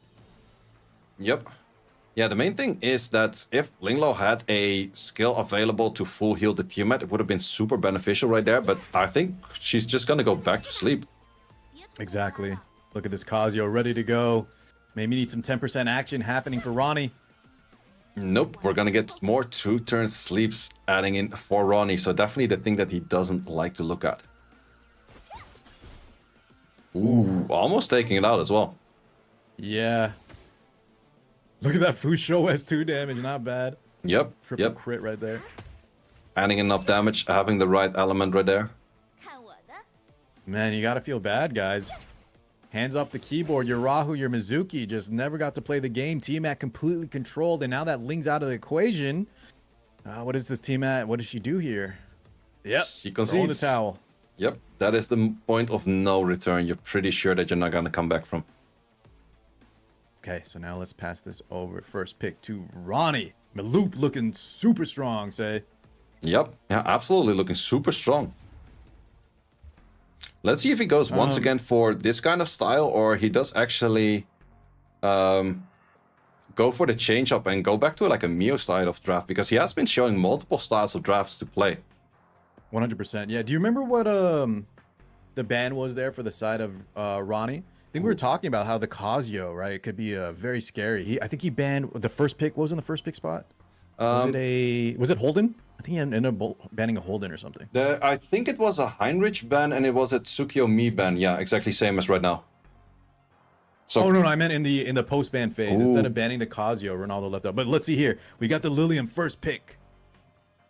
Yep, Lilium first pick, very strong. Someone's asking me, we need violent runes to to combat the Casio thoughts. Hell no. Like, I'm not sure if you're familiar with violent runes from Summoner's War, but that's the one thing everyone hates the most. It is somewhat of like an evil need to get games interesting, because every turn you take, you have a 22% chance to take another turn. Yeah, I've heard about this. There's some things similar in other games, but I think the closest we have here is what, guys? Lilith has a small chance to get that extra turn. Yep. Yeah, pretty much Lilith does have that on the skill one, but the big issue is that you can have that on, let's say, a Ling Lo. Ling Lo and the whole team is stunned. Ling Lo procs out of her stun, and then she cleanses the whole team. GG. Yeah, having that, so it would be like a module, right? You would have that, or a matrix set, essentially, is what you're saying. Yep. Yeah, it's a matrix set. So that's the thing. You can equip that on everyone, and especially on those AoE cleanses that move in front of the rest of the team that also provide immunity on the whole team. It's just super deadly, and it's super annoying and frustrating to fight. It's like, I had the whole draft absolutely correct, and then 3 of his units get the 22% in a row, because in the end, by odds, technically, you could get like 1,000,000 times 22% in a row. Odds are low, but the statistics say it is possible. So it's very annoying to play against. I think in competitive levels of play, right, you do want some RNG, guys, because if with 0 RNG, it's always like the faster player, the better geared player, but that sounds like a little bit too much. And like you were saying, the calculation, as a strong player, just not being able to calculate what happens. We have a character called Harsetti, and sometimes things like that occur where it's just true randomness, and I think that's the point where you've kind of passed where RNG is kind of good for the game. Yep. Well, in the end, Summoner's War has been running for 11 years, so they're doing something correct, and they're also way too scared to change anything on their recipe right now, so it's definitely not going to get removed or changed or adapted. But sure, man. It is definitely one of those factors that if you see a streamer crash out on stream, I think for the gacha games, Summoner's War is probably where you get most crash outs. It's mostly violent or resistance related. Is that true, guys? Absolutely. Summoners War, the crash out. Let me see some crash out compilations. Guys, can someone send me one from Seishizo? Anyone got one of these? The most, I think currently within all of the streamers, the clip that has been shared the most is called Say Smash. I'm gonna send it to you in DM, and you can check it after. I need to see this later, man. I'll watch it right after the tournament. Yeah, that's actually some other people have like that you can claim from channel points, and they have like Say Smash as clip that you can claim from channel points. Got it. Okay, here we go. Maloop, Ronnie. Maloop is currently up 1, so Ronnie needs to bring this back right now for his team. Yeah, let's see if we can get this W. Let's see if I can find the Say Smash. For some reason, I cannot filter by highest amounts. Nope, I cannot. Well, we're seeing a little bit of a run back from game 1. Ronnie, though, with the Lilium now. Tiamat on that HP lock, the Destroy, over 50%.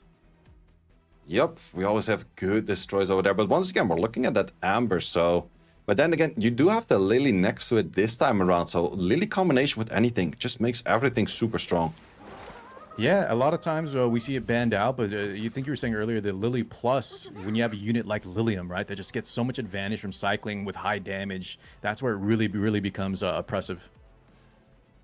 Yep, it's always one of those things that's just difficult to deal with, but then again, I would have I would definitely say that Linglo feels the worst healer between all of the healers. Maybe it's also lattice investment. I think a lot of people do go for max skill 3, max skill 1. But the skill 2 is still lacking. Whereas if you go for a Sanya or if you go for a red Shiaki, they're always 5-5-5. Yeah, I think that's a good point. Just SR versus SSR diff. The more lattice you give. The Ling for me, though, and this is definitely shifting, because you see a lot of players pick the early Holden and the early Sanya, so I think you're onto something. But Ling for me, right, not having access to the Doki, I need that kind of little bit better cleansing than the immunity especially. Yep. Yeah, at some point, like, the cooldowns are maybe a little bit too long. Maybe that's the issue right there. Could be, yeah. 100%. Because Sanya, the healing is in the passive, so the healing is there every turn. Do you actually know the Sanya, how she was nerfed or how much better she was in the beta? I knew you were going to bring that up. So I didn't play as early as you did, but I did play the most recent beta, and I remember I was loving Green Sanya for everything, because she used to sleep, or she used to heal even when she was slept or stunned, right? Yep. Yeah, she just, she was cleansing before taking the turn, and she was healing before taking the turn. That was so absolutely busted. I was like permanently banning that unit out. Yeah, it's like Tiamat, man. They had to go through a few rounds of nerfs, and they're still so strong. Here we go, though. Tia very low on health right now for Maloop. But Ronnie, on his side, Lilium, kind of in danger. Yep, and the moment you lose the Lilium, it's not gonna come back. So let's see how much healing we can do, because we have a follow-up from a Mizuki. And Mizuki does have both the Artisan and a defense buff right now. Just 5k because of the Bloodbath and also defense buff on the other side.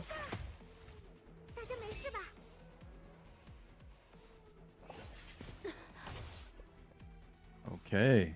Once again, we're going to leave that Tia. We don't want to proc that Amber just yet. She might get procced like we saw last time through the damage share. But for now, we just leave her doing 0 damage, kind of being taken care of. Void activate again. That Law of Silence paying off. Yep.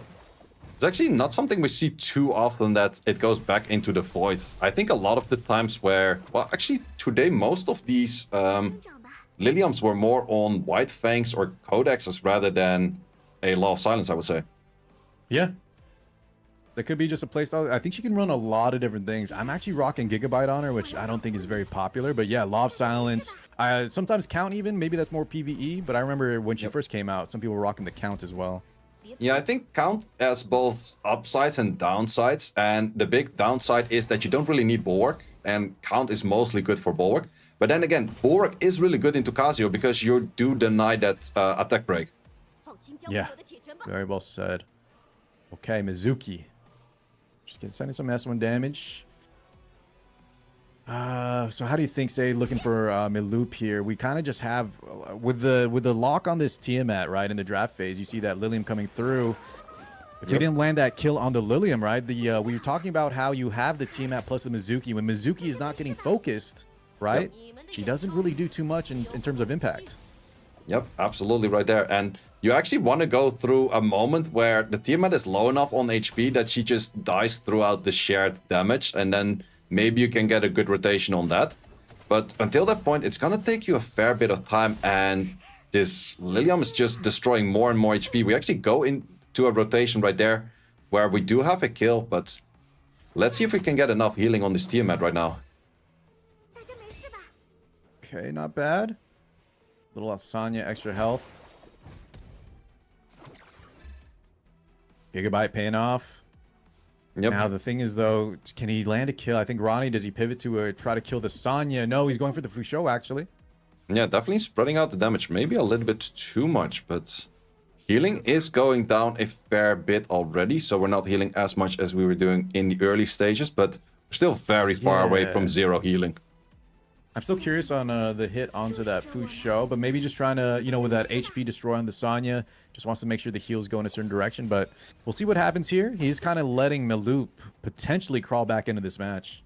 Yeah, I'm not too sure about the switch into the Fusho. I think just adding more damage to the Sanya, trying to take that out, would have done more value, but he's gonna go for a full switch, thinking he can take out the Fusho easier. Nope, actually switching back and forth, but Tiamat has full HP once again. Yeah, so this is where things could get a little scary for Ronnie. So we procced the Amber early, and now she got rid of all that destroy HP we worked on, and we didn't secure a kill, unlike the last match. Yep. The good thing, however, is the Sanya is being stunned right now, so she's not gonna get her healing in from this turn. I That is one saving grace for Ronnie. Lily, too. We were talking about the power level of this character. She has full skills available. Yep, but you also can go for a simple skill 3 right now. You will reset the Lilium, then Lilium can most likely take out that Sanya, I would say. I think that's actually what he's going to opt for. Should be enough here, right? Surely. Yeah, I definitely do think that would be enough damage. There is a defense buff, however, that might change things a little bit for how much damage output there is. But you have a follow-up potential from the Rahu, plus the Rahu moves right after.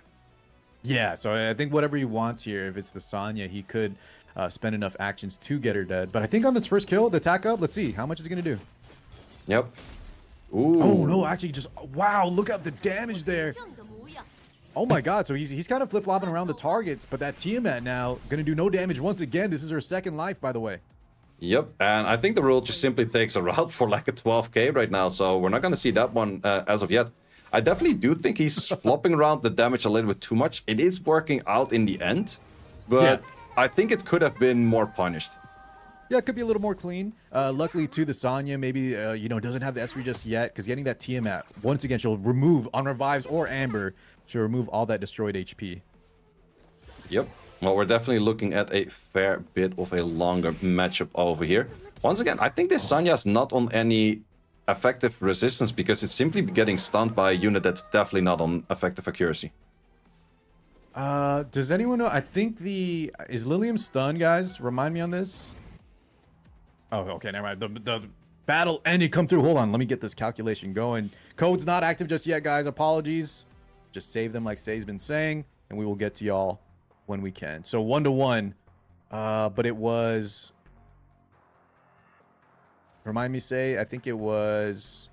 To be honest, I'm not sure who's going to get first pick. Out, right? So Maloop gets first pick, correct? Yeah, Maloop should get first pick, yeah. All right. Whenever they are ready. Yeah, I was about to say, sorry. I was making sure I got this situated, but I believe the Lilium, the way they word her S2, this is what I was about to ask the chat. I think it's guaranteed. So I don't know if, I think it bypasses any type of even 10%. Oh, really? I think it's only guaranteed the moment you go for a kill, and then the spread is guaranteed. But I'm not 100% sure, and also cannot go outside of this room right now to check.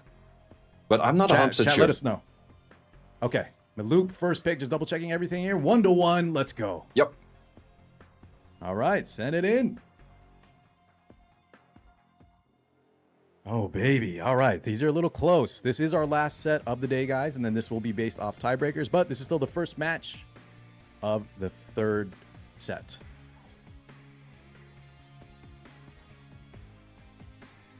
Okay, we got a Cos being banned. Lilium being locked in for the first pick. So definitely going for a bit of a bruiser-ish style of match, I think. Let's see if they're full locking that in. Fucho is banned out this time around, so that's not going to be on the field. Okay. Yeah, I believe they are trying to confirm. So I don't know if your chat's been saying. They're saying it is a guaranteed stun as long as they hit those thresholds. Yeah, exactly. Yep. Okay, that Lily. Man, I gotta start busting out this Lily in these bruiser matches. These guys are showing me a little something. I kind of been neglecting her. Yep. Yeah, she's definitely still very strong because in the end, you hyper enable one of your like semi DPS, whether that's a Tiamat, whether that's Lilium, whether that's even a Holden or a Rahu. The pair is just always good. Plus, you have pretty much almost a permanent speed buff, which always works out taking more turns than the enemy. Yeah, I just needed that extra bloodbath set that had some speed to give her, but I do have one now after the 2x. What do you think about the Amber, though, on her? Amber, I'm not too sure about. It's really good into like the cleave kind of style, but I've seen Brett play with a Gigabyte Lily, and I think that's very good in a bruiser matchup. Gigabyte Bloodbath, I'm assuming, is it Gigabyte? Do you remember if it was Bloodbath Bulwark? I'm not 100% sure about that, but I definitely would feel that that's something that's fitting her, yeah. Okay, so now we have that Mizuki on the Ban Protect for Maloop. And let's see here. The Tiamat, guys, I do like is not getting picked as early as we've seen. She can be a liability when you fight those Liliums. Yep. Yeah, it's definitely a position where a Holden fits a lot better than going in for Tiamat. Rahul, also a good option. Actually, the last few matches, we haven't seen too many Holdens of play. It's more been around like the Mizuki, the Tiamat, and the Rahul. Good point. When earlier on in the tournament, we saw like, I think it was always Holden first pick into like a green Sanya. Yeah, absolutely. Chiaki, man. We've seen this girl, this SR. The healing potential of this unit is wild. Plus the origami stacks. Yeah, she's good, guys. If you haven't built her yet and you are a bruiser player, what are you waiting for? Yeah, I definitely should be picking her up as well, but I don't have the purple tofus for it as of yet, but she will be the next one to get those. Oh, really? You're running light on the purple lattice? Guys, how y'all doing on purple latties? I was curious, say, if they were going to do the conversion. There was one of the feedbacks that were sent in was turn like, you know, X amount of lattices, 3 to 5 into gold tofu, but we haven't heard anything on that front yet. Yeah, I definitely like the idea. The thing is, I've been just upping a bunch of units for content. So I went for the red cast, for example, just for, I think it was for one of the PvE stages or the cage rumble or anything like that. You said red catchy? Yeah, guys. Yeah. Oh my God, red catchy is legit. No, not the red catchy. That's the R unit. The red cast, the one with the cooldown decrease speed buff. Oh, Kazuyo. Sorry. Yeah, I thought you said catchy. Red Kazuyo. Okay, interesting. Yep. What'd you say? Cage rumble and where else? Cage Rumble and also used in Rengokutsu. But in Rengokutsu, hold on. In the end, it was bad. Yeah, someone said that it was bugged or something with one of the picks. Okay, no worries. So the bug, it was a little bit of a bug. I was too busy yapping about these laddies. So let's keep it the same. Maloop, correct? Just one more time. Maloop had the first pick. Wait. Keker saying like game made Ronnie pick 3 heroes. Wait, what? Yeah, that's what chat is saying too. They're saying something went wrong here in the... yeah, run it back. We're good. We can run it back. We were yapping so much that I didn't even notice that. But I know, locking in 3 units, that's... like, I'm a coder myself. Like, I studied software engineering, like bachelor degree, master degree. I have no clue how you get to some of these bugs that they're making. I wish I saw it. So, guys, what happened there? Yeah, all the chat was freaking out. So, I think 3 units were picked at once. Let's see if this fixes here. But luckily, nothing changed. They were able to kind of forfeit out. Well, also, that's a bug I've never seen thus far. I'm not sure if anyone else has seen it before. I don't think we've ever seen that bug, right, guys? But there's definitely been some crazy bugs in Etheria. Yeah, most of the time it's called Amber and Tiamat. Those are just gathering all of the bugs together. You know what other one gets bugged a lot? I don't know if you've noticed is Yelly. I feel like always something is broken. One time she wasn't proccing S2 chains. One time the S3 follow-ups were not cleansing in the right order, or the S3 just was not proccing more than once. I feel like she gets broken a lot too. Yeah, at some points they had like the where she wasn't following up at all. After that, they fixed her, but I feel like she's definitely doing less after hits as she was doing before that. No, so that was another thing. It was, we noticed after the S3, a lot of times her S3 would only chain once and that's it. And it was just way lower than it should be. But I believe, guys, they fixed that, it feels like, but who knows, right? Who knows until they give us the actual data. Yeah, it's one of those units just like, guys, it works, stop touching it. It is fine. Take the tinfoil hat off, man, who knows? Yeah.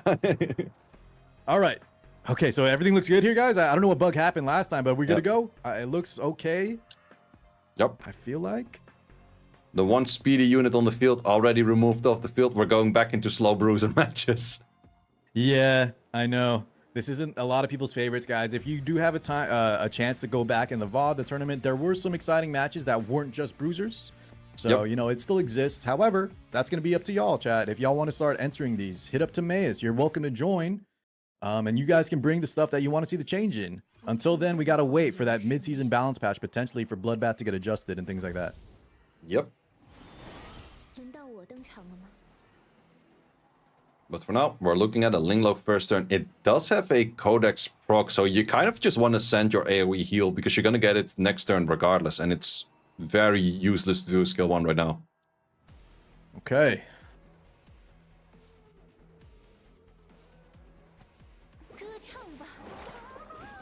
Okay, extending the immunity also does work. I like that.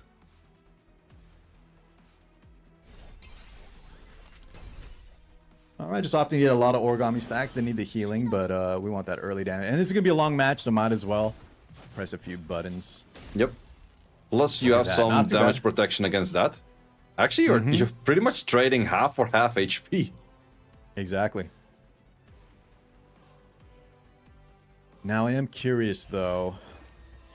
This is going to be the trend that we've been seeing, right? Where, you know, the Lilium, even though she is taking damage here, a lot of times the other side doesn't have enough to take her out completely. And then this Tiamat, we're going to go through the same motion. Injury lock all the way down. HP going to be just pretty much nothing. And then, you know, it's all she wrote from there.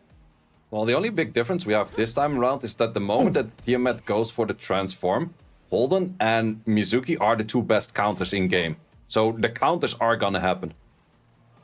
You know, that is a great point. Now, one other thing though, man, this Lilium is looking real low. Ling Lo is following up. Yep. So we need some extra healing. I believe she has. Yep, S3 is available. Yep, let's see how much that can do. Not too many will sprays, but can go for another round of skill 3. Big question is lowering the HP on the Tiamat once again. I think he will go for that.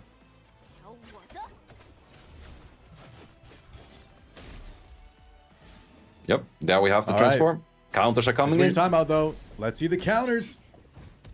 Oh, man, the assist on the Rahu. He is awake. Yep. Okay, that wound. So if he procs the Amber now, we're not going to get any healing. Okay, get cleansed from that Sanya. Well timed. Ooh, those shields, though. We're looking at, once again, a 22.5k shield sitting on that Lilium for 2 turns. That's a very lengthy shield. Artisans are nasty. Yep.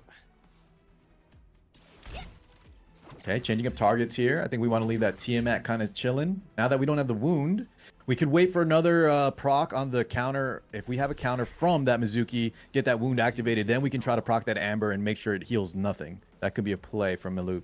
Yep. But that will take a little bit more time to go for. Yeah, exactly. The Rahu, though, from the side of Ronnie was very active earlier. But once again, you know, we don't finish our plate. That Lilium now, that 22,000 HP barrier. I feel like we've gone through this scene many times now. Yep. Plus, I do think that the Linglo still has the skill 2 available, so you can extend that for another turn. Great point. Did we cycle all the way back? She led off the game with that. Yep, S2 is ready. Yep, she does have it because of the Kodak. Good point, good point. Okay. Lilium activated, S2. We're going to get stand that stun. Maybe we could just go for a little extra healing. Do we need the stun? What will we stun? Like a Rahu? We don't want to stun the Tiamat here.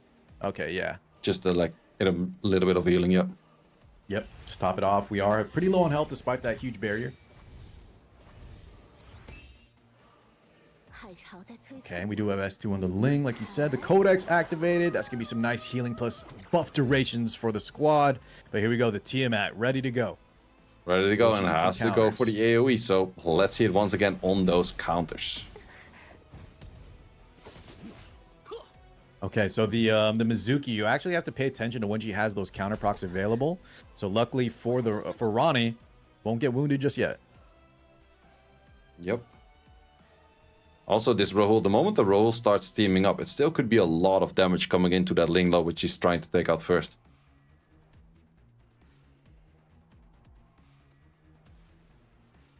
Okay. The Liam. Taking our time here from Maloop, going through the options. We do just rip. Is that another one? Get a little healing. Decent position, I would say, for Maloop still. Yep, definitely a very slow match that we have at hand. Do we get some roll follow-ups? No follow-ups as of yet. Yeah, fortunate there from Maloop. He was super active early. Now he has some room to breathe. Decent damage coming out. Does get the Bramble proc. No crit. That is green versus red. Yep. Also, no defense breaks connecting neither side. Okay, Origami Guardian back up.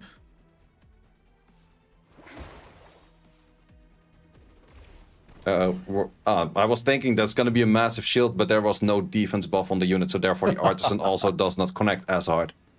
Yeah. That's the power of these defense scalers. Rahu. Just throwing some chip damage. Does proc that Bloodbath on that Ling. Here we go, though. This is the moment. We have another AoE coming from the Tiamat. Tiamat, give me a double counter. Let's see what his match can do that way. I'm not too sure why he's waiting 10 seconds to activate the Tiamat skill 1. You have no other choice, right? Yeah, true. Could just be there. We see the wound activated. So now, with the Lilium timely here, if we S3 rip into there, proc that Amber, she's going to be left at 1 health. No. Oh, wait. What? Origami proc. Yeah, it was the Origami that's just made it where it's not enough damage. Okay, okay. Anyways, what I was saying is maybe Ronnie could be going through his potential plays, because obviously, right, he can only press S1, maybe planning out future turns. That's the only thing I can really think of. Yeah, I think so as well. Also, this Holden is not looking too lively at the moment, where healing is going down more and more. 100%, man. We have the Etheria effect. Level 1, it's adding up quickly. So even though he has some good, you know, HP destroy on this Tia, he's got to watch out. Yep. In the end, the Amber has not been activated yet, so it will come back to full HP or potentially full HP at the moment.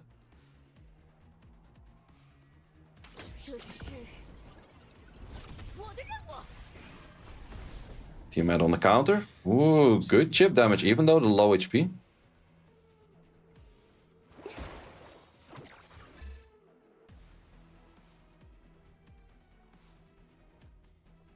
Okay. Takes a bit of time, but we're going somewhere. Things are nearly dying, hopefully. Hopefully, this match is the typical bruiser match, man. Yep, yeah, this is definitely the longest match we had thus far. Okay. Okay, well, there's Amber proc. There's Amber proc, but we have the Gigabyte making move in front. Interesting mechanic. I think some people did already know about this, but I was never 100% sure. So when you S2 land that kill on the Amber, that doesn't count as a death, right? So the Amber procs, and you don't get the AoE stun. That is I think a lot of people probably knew that. That's a lot of HP coming back to that unit right now. Yeah, and you were talking about how low this Holden is. Man, Maloop, could he be in trouble now? On the back foot. Nope. Oh my god, S2 comes out, though. Rahu, dead. Yep, that was the difficult thing, because in the end, Rahu was hitting wrong element. And he got armor broken during the counter. But there was still a defense buff on the side of the Holden, so the Holden looked very close to death. But because of that, landing a lot of damage. That was, I was not expecting that, man. I was actually worried about the Holden. Then the S2 came out, slashed him, cut him in straight in two. Yep, there is still the revive, but from this point on, the revive is going to be hard to also connect, because you're reviving but not healing that much HP. Yeah, and it's just a tempo loss, right? Because then, you know, you revive, but it's not as straight up your bottom of the turn meter. Your opponent has a lot of agency in what they can opt to do in that meantime.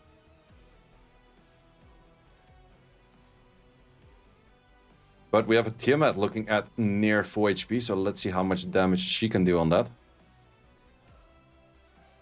Yeah, I'm about to get out of this Amber. Problem is, though, we had that huge bear and that Holden. Otherwise, we maybe could have threatened to kill. What are we at? Etheria effect is currently at level 2. Yep. Tiamat. Do we just rip an S1 into somebody? Get some damage going? How much damage could you do to the Linglo? No, actually goes for the Lilium. Yeah, and actually not as much as I was thinking from the side of Ronnie. Yep. Yeah, I was expecting a little bit more damage on the Tiamat as well. Because soon we have that Lilium going in. I'm not sure if the Lilium does have skills available already. No, we're still one turn away from that. Wait, that does mean that you get it in the current turn, right? I believe I'm confused. I think both of us come from another game where it's. Yeah. I think, guys, when it's 1, does that mean it? I think it does mean she has it available on her turn. Yeah, I think so as well. Like if it says 1, it will be 0 on the moment you get the turn. But I'm glad you said that, Say, because in our other game, it's not like that. It's the opposite. If it says 1, it's still 1 turn away. Yeah, and Summoners War, it's the same thing. Like, you don't have that many plays where you can see the skills. Yeah, it's available when it's a 1. It's kind of an interesting way of saying it.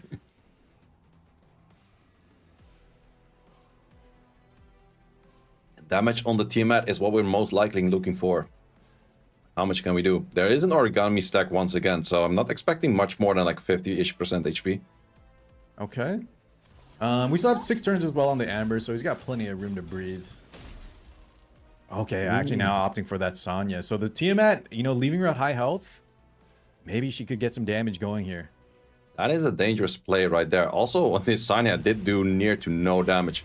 Also inviting... Ooh, I thought we were going to invite Rahul back to the battle stage, but we're adding more HP to this Tiamat. You know, I don't mind that play. I keep talking about how the, you know, the revive and the Rahu is kind of a tempo loss. Now he's kind of identifying maybe his outs. His win condition is this Tia, since the injury HP from the Lilium went into the Sonya. All hands on deck for this Tia. Yep. Goes for the transform once again.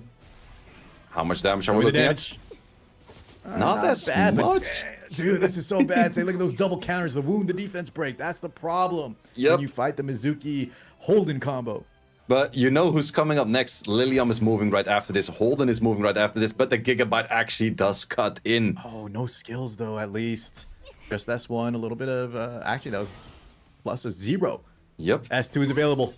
Yep, taking it out. Oh my god, and that should be it. Yep, that is game right there. There's no coming back from that. And the two gentlemen do agree. All right, well played, guys. Let's see the lineups. So that is a 2-1 lead for Maloop. Okay. Players, captains. Bread, once was blind. Send me in your next champion. Your next gladiator. Gladiator, that's right. So I think we saw say there a lot of times the Tiamat was kind of a, if you every player that picked it kind of ended up losing to the Lilium, right? It was pretty much a repeat process. Yep. Yeah, so far the Tiamats have been performing pretty poorly, I would say. Like, sure, the Tiamat into a Cleave comp is super strong, but Tiamat into Bruiser feels pretty weak, actually. Yeah, and then we saw also, right, sometimes they try to pick like the Mizuki to protect, but then that's also not, you know, there's a lot of negatives where the Mizuki doesn't have enough gas to do, you know, when she's not getting focused, especially finding things like Rahu that can single target a Voider. Yep, It's a tough absolutely. spot. All right, we're just waiting on the players. I think we have one confirmed. Second one is typing currently, guys. Get ready. Okay. Yes, we have 2 more matches for today, right? 2 more matches, yep, and then we are done. So we have the players coming in for Team Bread. Oh, hold on. One of the captains still typing. Let me just make sure it's not a pivot or something. Okay, no, I think they're good. For Team Bread, we have Sandalfon, and we saw this guy come in early. I think it was our first match, and he was looking great. And then for Team Once Was Blind, Sarah is back. Ooh. All right, let's do it. I'm liking that. That does mean Seed 3 against Seed 3, and our final match will be Seed 1 against Seed 1. Oh, man, down to the wire. I like that. Yep. So it was Seed 2 to lead us off, then Seed 3, and now, since we will play all games regardless, we'll have the top seed as well. Yep, absolutely. One more time, say it. I'm sure those of you that have been hearing us, I apologize that we had to keep repeating ourselves. The code, unfortunately, is not activated. It should be. We were told to give this code to y'all for today's weekly tournament. A lot of times the code is ready, but, you know, things happen. Asia is currently sleeping, so just sit tight. Say and I will do our best to get that to y'all when we can. Yep. Once again. All right, let's go. Sandalfon. We got a Tiamat ban. This is definitely... I'm expecting faster matches because Sarah was showing a lot of revelation in her previous lineup. So I am still expecting something similar from her. Yeah, 100%. Sarah really, really likes... She has that playstyle that she goes for, and I respect it. Unfortunately, though, this may, like, kind of like your playstyle, say, right? It's a little bit where the meta sometimes doesn't favor, especially if you invested in a certain way. So adaptations are needed, or you kind of just chill until the balance swings a little bit better. Yeah, it's definitely one of those things that you have to do. Against the Linglo, Freya is always pretty difficult, but let's see what she compared it with. I like that from Sandal, though. He identifies that Sarah's not going to be playing, you know, the typical bruiser matchup. So you'd steal all 3 anti-control options just in case Sarah wants to pivot into that. Yep. I'm also liking the Tiamat ban on this because Tiamat, if Tiamat goes for a Bramble counter, everything except for the Messiah because of the invisibility pretty much dies to a Tiamat counter. Okay, Holden coming through. It is Sandalfon just seems like he drafts very well. Yep, but I could see Sarah take a victory over here, but it's definitely by the question of can all of the units follow up, because we have seen some gaps in her speed tuning right there. Yeah, okay, so that is a scary proposition. We have the Hoyan, we do have the Yeli on the ban protect, the Messiah maybe is the target ban of choice. Do we, follow up with a Suki here? We do have the Freya Ling as like a cleave option. What do you think, Say? What does Sarah need to round out this draft? I could see a potential for a Tsukio Me to just simply attack buff the Yeli and go super hard. I am expecting on this draft to have the Messiah being banned out, so you could also play around with that. Another option is maybe banning out the Doki and actually going for a CC. Oh, there you go. So you ban out the Doki, or at least you have a Doki threat. You do have the Ling still active, though. As we've seen, though, she can kind of get overwhelmed by debuffs, but I mean, you still have an option. Yep. Messiah is off the fields. So the Hoyan, you got to get him out of there. Yeah, Hoyan is going to be very difficult. But then again, I'm not sure about the speed on this Doki, though. Oh, okay. So Doki does get taken out. That Mio gonna get a little extra value. Yep. Well, the big issue with a Hoyan is like 99% of the time on a bulwark, so we will probably see that over here as well. Yeah, 100%. I think there's really one main build for it. It's very hard to kind of pivot in other builds. Mainly used as an anti-Yelly, sometimes anti-cleave. But like you said, that bulwark count, always tried and true. Yep, let's see how much is... Ooh, do we get the cut? We do get the cut. It is the potential if your Yelly is on the right speed and the link low on the enemy side on Lighthouse is not fast enough, that you do cut in. But in this case, did not happen. It's a tough proposition, right? You need a lot of speed subs to get that cut in the way. Now, here's the thing. Is Sarah, did we see if Sarah's Yelly is on Bloodbath? Oh, we have seen it survive before, but I'm not sure about this one. 22k, not a Bloodbath. With Bloodbath, would have survived, I think. I think the only Yelly we saw in Bloodbath today was Keker versus Chun, where it was a similar thing. The Hoyan procced, but you only did half damage because of that Bloodbath build on the Yelly. Yep, that does just show that even your damage dealers do best on Bloodbath. Right, it's a little wild. Lilium. Yelly. I've even seen some Bloodbath Messiahs out there.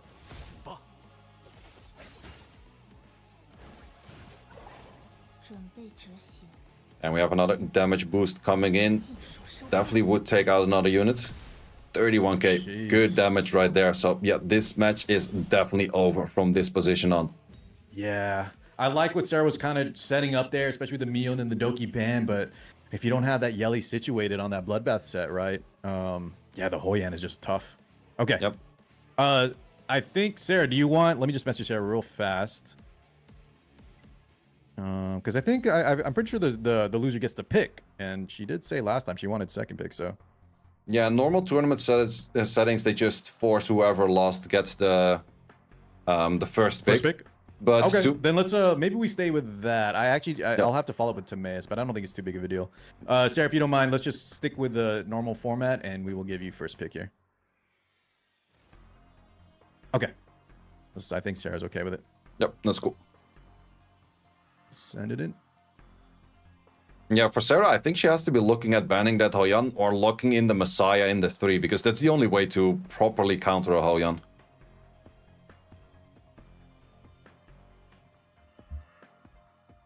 All right. I'm rooting for Sarah, man. Sandal looking so strong, but I do have a feel for the players that kind of got, the short end of the stick with the recent balance patch. In terms of, if you invested a lot in the speed, the control, sometimes the revelations, and now you just have these Bloodbath units running amok. Can't kill them. Yep. Well, at least we have the Messiah in the 3 right now, so Hoyan is not that interesting of a pick, but probably goes back to... Oh, Linglo is actually banned out this time, so no Lighthouse Linglo, but we have a Lighthouse sitting on a Lily, which pretty much means if Lily moves, anything can move. If Lily can move, anything can move, that's right. Yeah, we see a lot of this. The Lily always comes out paired with that Lilium. And it's been pretty dang effective when it gets through. Yep. Let's see what Sarah can bring against that. Because the Lighthouse means that the Lily is most likely not on any kind of shape or way of board. You were talking about this character earlier. The Lilith finally makes it through. First Lilith of the day. That is definitely a unit on bulwark right there. So that's a hard counter into the Oboe. I think if Sarah picks up a Sleeping Cass right now, it could be an option. Goes back to the Kraken. Could also work. But only if the Oboe is faster. But the big issue is your Oboe might be banned out in this position. Yeah, there you see the Kazuyo on the 5 from Sarah, showing a lot of control. So if we have bulwarks activated, our only strip is really the Oboe. Like you said, might be banned out. Even if we try to take out that Lilium, for example. Yep, I think that's... I don't think the Messiah would do enough damage to kill these units if they're on Bloodbath. Also, weirdly enough, looking at this draft, it would be insanely good to just have a Chachi the Guard on a Bulwark plus a Bloodbath, and then just permanently give immunity. Catchy the goat. Yep. Okay, interesting pick on there on 5 for Sandal. We do get a Tiamat. No healing, but it is on the Lighthouse, so Any Brambles is going to do a crazy amount of damage, and you do have a little bit of healing between S2 and the shell. Yep, and we also say goodbye to that Oboe, so the Lilith will do a lot of work on this matchup. Yeah, it's got to be on Bulwark, right? Yep, we take out that 100%. Oboe. You don't have access to Strip. We didn't pick Heinrich. It is Jackal Guard, most likely going to be on Bulwark. Oh, yeah. Yep, 2 Bulwarkers sitting in right there. All right, do get the freeze, though. Question is, how much damage are we doing? Ooh, because of the turn rotation, we did not get to boost the Messiah just yet at all. So Messiah is not looking that great with a Lily moving in front, Yeah. Heinrich or like so Golden bad. moving in front. I think we're gonna say goodbye to this Messiah already. That's a good amount of damage. Unfortunate for Sarah. Yeah, you saw the game plan kind of coming through, but now the Messiah is just at the mercy of the Holden Lilium. Or sorry, Lilith. All these Yep. L names. Wait, he exploded the bomb on the Kraken, I guess? That was not that much damage at all. Yeah. Looks like that was the play there from Sandal. S3 comes out, Holden. Slice and dice. Oh, living on 1 health. 1 health, but then again, is attack broken, so we're not gonna expect that much damage from it. There's a lot of debuffs. Okay, get an CD reduction. Data stream activated. I think we might be looking at a very slow match, but I can see a victory for Sarah, to be honest, because if you just go for Doki plus 2 CC units, you can actually win by that. Could be. Let's see. Sarah definitely not throwing in the towel. A lot of control activated. Now the rest 3 comes out. Yep, getting all of that. Definitely a moment. Okay. So he doesn't have the attack break. However, oh, damage not bad. Invincibility. Definitely not bad damage. Invisibility helps you out a lot. Sarah's cooking. Oh, Kazuo gets taken out. But Sarah was cooking, but this Holden was burning down the whole place. Holy shit, one hit. Yeah, I know. The Holden has just done so much. Imagine this guy needed some buffs, huh? Yeah, All and right. Max just like, I wasn't one-tapping units enough while stripping, pushing back, and also being super tanky myself. Yeah, no kidding. Okay. Purify. That bomb is gone. S2 activated. Gets the extend on the invincibility. Yep, good extent right there. Messiah is doing a good amount of damage. Hold up. Sarah of the Lake. Someone is mentioning that it looks like this Doki isn't skilled up. That could very well be a thing as well. I believe it. Sometimes you gotta do what you gotta do. However, Yep. Sarah living this Messiah 1 health, cleansing that attack break at a timely manner. The Revelation Messiah putting in work now. Kraken getting the crowd control. Yep, Messiah taking out every turn 1 unit, so permanently keeping up with that invisibility. Oh my God, Sarah bringing it back. You Good love to job. see it. Very well played. Okay. And fortunate for Sarah, now Sandalfon will have first pick. Yep. That was exciting, guys. It wasn't all bruisers.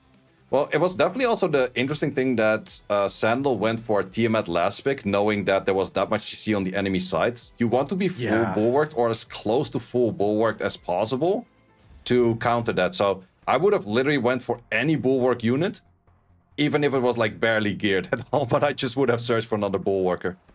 100%. But you know, as your chat was saying with like the Doki, maybe not lattice. Sometimes we see weird shells like the Amber on the Heinrich. Sometimes you got to use whatever you got. Maybe Sandalfon, that was the extent of what bulwark he had available. Yep, and we see once again Trauma pre-banning Messiah off the battlefield. We're not going to see that one in this match. The trauma ban.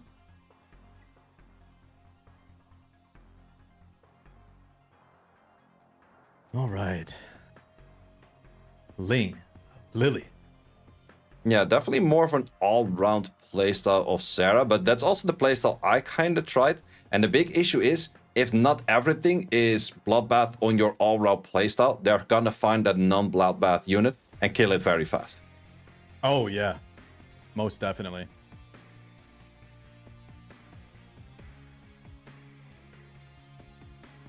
All right, Sandalfon. Let's see how he rounds this out. Doki on the 3 now.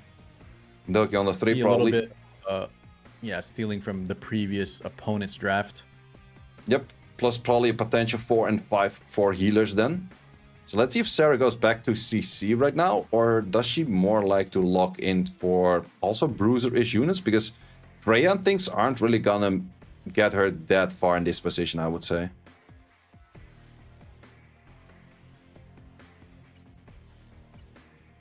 Yeah, that's 3 seconds. Make sure you don't get in that we talked about earlier, the 3-second lock, right? Okay, Yelly does get taken.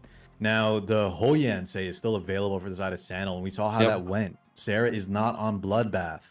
Yep, definitely. Whenever the Hoyan pops up, and it's gonna pop up in either the 4 or the 5, you have to ban that. So I think that Sarah probably has to go for another damage dealer, but the big issue is Messiah is taken out by the pre-ban. Going back to a Kraken. Not sure of that into a Doki, but that's definitely going to be a Freya Steel. Ooh, I was gonna like Freya Steel actually for that one. Okay, I just opted for that Hoyan. You saw how that it worked in game 1, and then the Kazuya on 5. Yep. Yeah, I don't know about the Kraken. I feel like that's just Sarah's favorite unit, but sometimes forcing it into a third pick ban protect Doki doesn't really quite work out. Yeah, especially because a Doki on a Codex is always bulwarked, so it's just really hard to do. Also, the steal on the Kazuya is pretty big right here. Big question. Ban on the Hoyan for sure. Right? Yeah, ban on the Hoyan for sure. But once again, it's going to be the big question of where's the gap in the speed for Sarah, because the Yelly was showcasing a lot less speed than the Freya was, so the gap between that is just simply too big. Yeah, you saw a cut in between after the push onto that Yelly. Yep. Let's see. Hoyan definitely taken out. Okay. At least Makes the sense. Yelly now doesn't get one tapped. That's the big question. We do get the attack buff on the Yelly, but is it going to be enough? Let's find out. Sarah did bring it back 1-1. Here we go, ladies and gentlemen. Sandalfon versus Sarah. Game 3. Ooh, we have 3 units on Bulwark plus 1 in the Void against the Kraken. Kraken can do pretty much absolutely nothing. This is a really bad position. Plus on the other side, the Linglo is moving in front of the Yelly. That is good, but not when you're not on a Bulwark set yourself. Yeah, that is some preparation done between the Bulwarks out the wazoo. Lilium on that Void. Okay, so you were talking about the lineup, the turn order. We have the Freya, Revelation activated. Just opting for the S2, though. Yep, S2 can prevent maybe some of the CC coming in. Let's see if it actually eats those stacks. Nope, Slumber still connecting on all 4 units.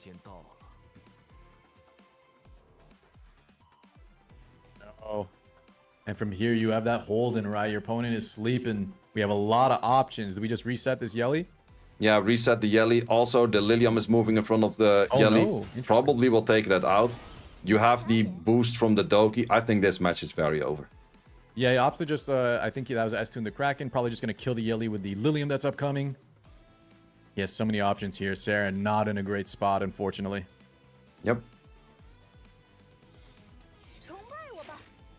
More cooldown reductions. We do have a Gigabyte kicking in over there, but that Gigabyte doesn't help too much if you're not on a Bulwark set yourself. Keeping the Yelly alive. Interesting play. Yeah, I mean, it could be a little risky if the 10% go through because we S2'd instead, but I feel like he's in such a dominating position. He could probably do whatever he wants here. Yeah, good things as well. This skill too, could it take it out? Does actually take it out. And there we have a amazing kill. So this match definitely goes in the favor of Sandal. That's right. Very well played by Sarah, though. I love that we brought it to a game 3, but yeah. The fact that we had all those Bulwarks ready to go. We stole some of the crowd control units, man. Sandalfon was ready. Yeah, definitely very well drafted in the match 1 and the match 3 for the side of Sandal. But in the end, Sarah had a good matchup on that round 2. Yeah, 100%. Okay, just write this down real quick. So it was Sandalfon with a 2-1 lead over Sarah. All right. And captains, I got your last players. We no need to send them in. We know who it is. It's gonna be the number 1 Shotty seeds versus Keker. Say, this is gonna be a good one. That's definitely gonna be a good one. I do hope, though, even though it's gonna be a good one, that they go more of like the playstyle of just CCs or just damage. I don't want to see another like 20-minute match. Okay, well, I'll tell you what. I know from Keker that's definitely a possibility, but for Yep. my boy FPS Shotty, I think it's going to be bruisers every time. Yeah, that's true. I think we're gonna fight like Keker. If he wants to play for the victories, he gotta join in on the bruiser meta. Otherwise, it doesn't work out. Just write this lineup. And guys, thank you so much all for tuning into our weekly tournaments. Once again, if you would like to participate, send a message over to TimaeuSS. He loves seeing the activity. Thank you to Say for joining me. And guys, we apologize for the code. We will get that figured out and situated for y'all sooner than later. Yep, there we have the bruiser units being locked in, but also we have CC and Veronica being locked out. Okay, got all the names down. Let's go. Final match of the day. Shotty versus Keker. What a game to end on. That is a really good game to end on. Keker taking his time for the lock-in. I like that Veronica ban from Keker. Yep. Definitely a target ban. Ooh, watch out for the timer. Okay. Lilium first pick. Do we see something like maybe a Lily? We've seen that combo. However, against Shotty, you got to be careful. Because even if Lilium's on Bloodbath, right, the way Shotty tanks down, she could end up being a liability if you don't get enough tempo early. Yep. Yeah, so far I think the Lilium has been doing pretty good, but once again going to a Fucho on Halloween. All right, well, the guys, that does mean this is most likely going to be a very, very tank down with some healers. They are playing for the win. When $2,000 are on the line, you know, you can't really blame them. Yep. Also, I have no clue if the players are also keeping points of like what the standing is compared to the others. Because oh, you know what? Before, it was very important for all of the players to do, but right now it's a little bit more difficult to do. Yeah, 100%. I can give a quick little update so far. Let me do some number crunching here. I have the draft still shown, but let's write this down. So Team Bread is currently at 4, with Once and Blind is at 2. So it looks like Team Bread here, just quick glance, you know, we'll have to see the full tiebreakers if it matters, but it seems like Team Bread is in a pretty big lead. So Keker's got to come out strong right now. Okay, let's see if he can take those 2-0s, because a 2-0 also does mean if you're just counting up all of the points that your enemy doesn't get the extra point from that as well. Exactly. Yeah. Every bit could matter. And then if they do tie it up, guys, once again, there'll be a lot of tiebreakers between the individual matches won. So every single match could have mattered. And then the set wins are actually the most important. So who won the most sets overall too. Yep, let's see what we have on this matchup. Definitely going to be another healer on the side of Keker in the 5th. Let's see if Shotty's gonna add more healers to that as well, just to steal healers, which could definitely be a thing. Yeah, let's steal all them healers. So we saw that Tia plus that Mizuki. There's a healer steal right there. Do we go for the double healer steal? Because that's definitely an option. You end up with 3 healers and a Holden, or 3 healers and a Viper. But that's definitely not a bad matchup, I would say. I know. Haven't we seen something similar to that in game 1? We saw the Viper actually able to carry alone 3v4. So, yeah, it could be a play. I feel like Shotty, though, with the Sonya on 3 may opt for something else. Nope. Oh, no. We're stealing all them healers out there. Wait. Ooh, Doki on the last second. Changed it up last second, yeah. But then I think the Red Shaki will end up on the side of Keker. I think so, too. With the team out on the lock, you need some more sustain for that Tia. So I'm wondering, what if Shotty just committed and took that that fired Shiaki, then he's scared what Keker might pick like a Kazuyo. Oh no, Kazuyo's banned. Maybe a different crowd control unit on 5 potentially. Yeah, I'm not too sure what he could have made for a good 5th in that case, because they would have run out of healers. I do know that Keker has a skilled up Mia, so it might be that he would have gone for a Mia then.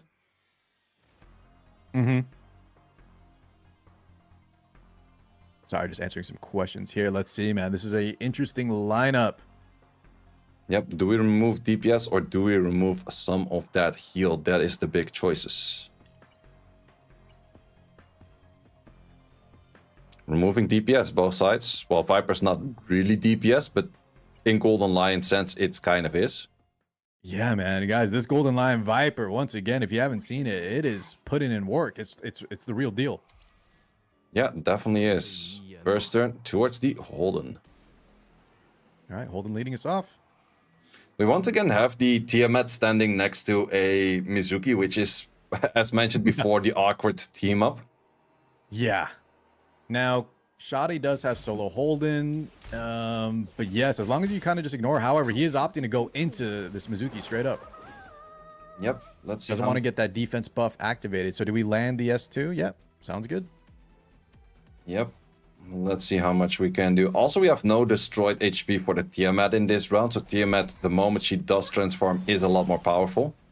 一起来，无与伦比的体验吧！ Yeah, I am glad they changed it up. We saw so much Lilium into the Tiamats. The Viper Yep. also getting taken out in kind. So it's a little bit of a different match. Yeah, definitely different vibes right here, yeah. 好了， I wonder though, I feel like with the Lilium banned out, I feel like Keker potentially, just because of Tiamat versus Holden, might have a slight advantage. Yeah, I would say so as well. It will take a very long time for Holden to actually get like good hits in to get potentially kills in, because in the end, what can Holden really hit? Not that much, and Man, that look is at- a lot of damage from a Tiamat. My God. 出行时间到了。轮到我登场了吗？ But also, all of the damage, straight gone. Yeah. All right, guys. Here we go. Once again, the Bruiser lineup. It's going to take a minute for things to kind of sway one way or the other. You go through the motions in the first 5 to 10 minutes, and then it kind of just all at once picks up the pace. Yep. I think it would be nicer if it picks up the pace a little bit faster for those kind of matchups. Yeah. So do you think, do you mean just in general, or it'd be specifically if like enough bruisers were picked? Because like just picking up the pace on the Etheria effect could be an option. I think that was one of the feedbacks given in the last survey. Yeah, I would say so. The only thing is it enables Bruiser or it enables CC to be a lot stronger, because a lot of turns have been taken by CC and then you just start dealing more turns on your CC or more damage on your CC. But in Yeah, this great case, it's kind of watching paint dry. It takes a very long time for the first 5 minutes of pretty much nothing happening back and forth, and then the actual match starts. I know a lot of players right now are a little frustrated with just how long the matches could go. So maybe something like, yeah, increase the Etheria effect, and then during the actual balance phase, just look at units like Kazuya, like we were saying. If you're going to nerf some of the bruisers, increase the Etheria effect, then maybe Kazuya just get a little slap on the wrist as well. Yep, yeah, I definitely agree on that one. Yeah, I don't see this matchup where a Holden is going to be able to outdamage a Fucho and a Red Jockey, and on the other side we have 2 damage dealers, so 2 is potentially always better than 1. 大家没事吧？ 2 is better than 1 indeed. All right, Holden trying to do some more Jackal Guards. Just a little slap fest action. Pillow-fisted fights going on back and forth. The only one that really does significant amount of damage is Tiamat, and even then, right? We sang with a double healer. A lot of it kind of just gets shrugged off anyways. Well, it's a double healer plus a speed buff, so that's also double healers amplified by cooldown reduces and speed buff, but this Tiamat needs a few good turns in. It's a lot of Look at damage. this. Gets procced. Back-to-back turns. Holden getting really low here. But not just yet, and I do think rotation of those healers and it's back to full. 大家没事吧？ Ooh, not healing as much though.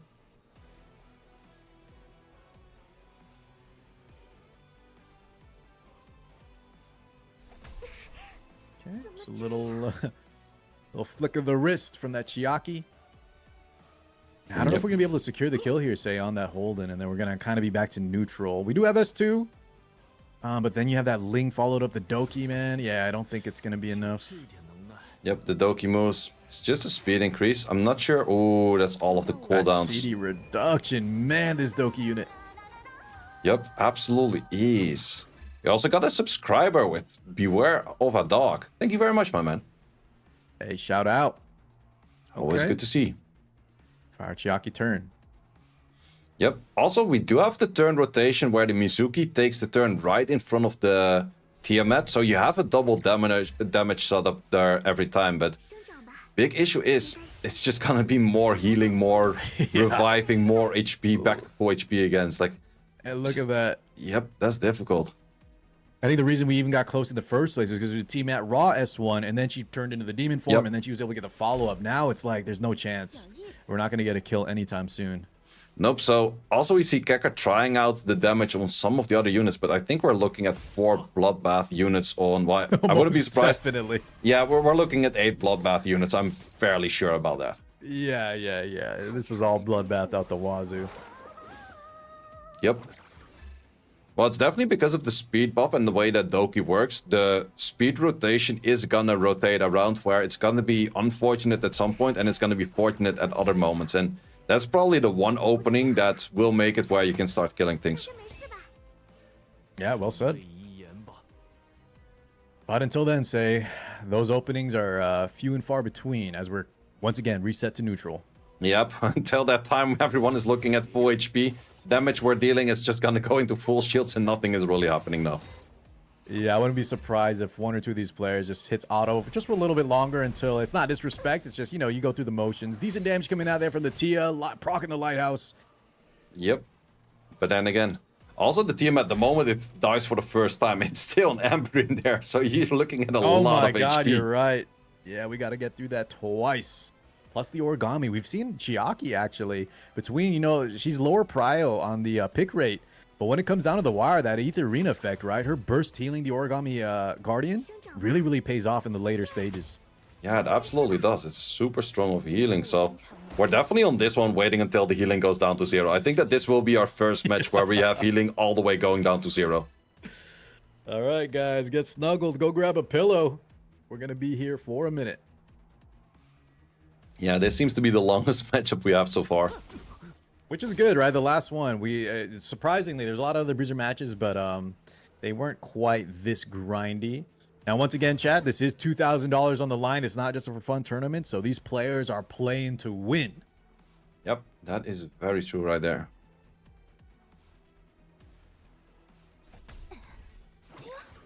No wound against the Tia Amber is going to be tough, is what my chat is saying. Yeah, and that's why you see a lot of times the players opt to pick the Tia plus the Mizuki, even if it doesn't pay off, as you see here, in the sense that Mizuki doesn't get a lot of value when she's not focused.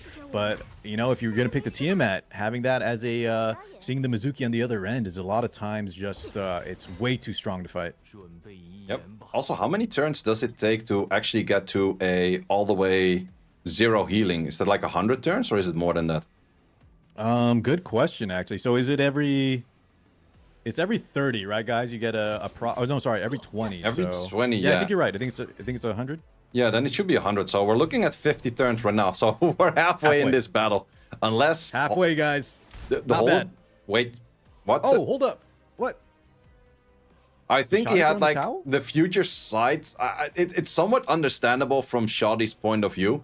Because in the end, he knew what was going to happen. We're going to go to 0-0 healing, and then the Tiamat and Mizuki is just simply going to do more damage. Yeah, so, I think we were saying that Keker is slightly advantaged. So if Shotty, if you're doing that with the just respect out of the time, you know, that you could see it happening, you know what? Kudos. Yeah, highly appreciated from Shotty right there, because there's a lot on the line over here. But I am, like, let's say 90-95% sure that it would have ended up in the favor of Keker just simply by having 2 DPSs versus 1. Sure. All right. Next game, let's get it started. Yeah, if something went wrong, Shotty will let us know, but for sure, I'm pretty sure. Yeah, that's definitely got to be it. Okay, let's line up these scores. So that does put Keker at a currently 0-1 lead. Yep.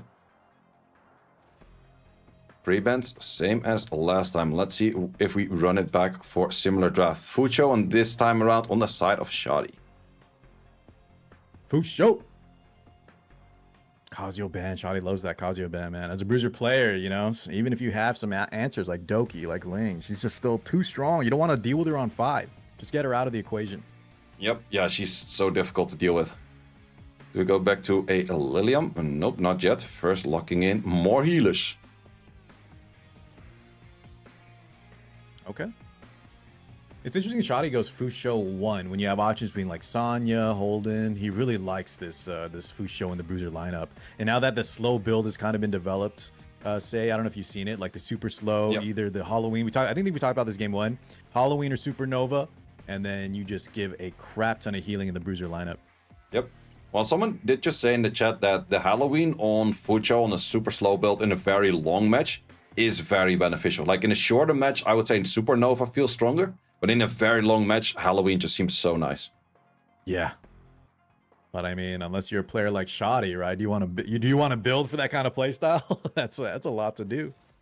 Yep. Well, we have Lilium destroying some HP in this lineup if she makes it into the match. But let's see what Shotty has for a slot 2 and a slot 3. Okay, yeah, so you kind of see a trade-off there. Now it's the now Shotty opts to take the Tia plus that Mizuki, got a protector, and then Rahu on the other side. So not a hold-in. So Keker in this position, it's not like game one, because the Rahu can definitely tussle with Tia in the longer lineup. Yep. But the big issue is right now, if Keker doesn't pick up a hold on himself, 100% Shotty is going to pick up that hold on. So that is it one of those things like I'm picking it to steal it rather than I'm picking it to have it comfortable in your position? This time around, we have a Lily once again. Lily holding in the fire Chiaki. Lily always see paired with that Lilium. Yep. And then what do we still have left? Like maybe a Ling?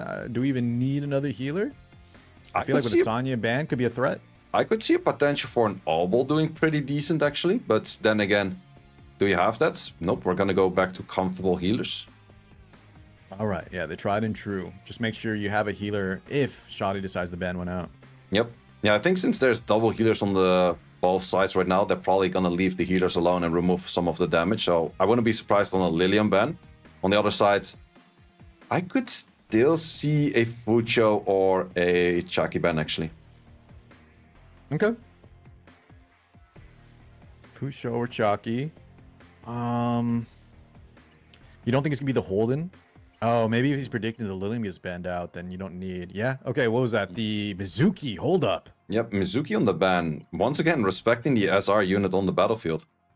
Yeah. SR is looking real good right now. Yeah, I think if we wanted to go for a DPS remove, I would have rather removed the Holden because Rahul has the countered elements against Holden. So it is more difficult for Rahul to deal damage to all of the units on the field right now.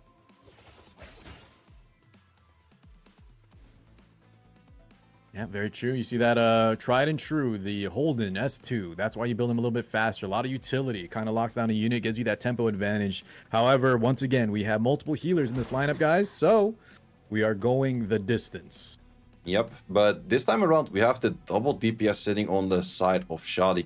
Technically, you have like a 2 times DPS with a Lily and a Rahul.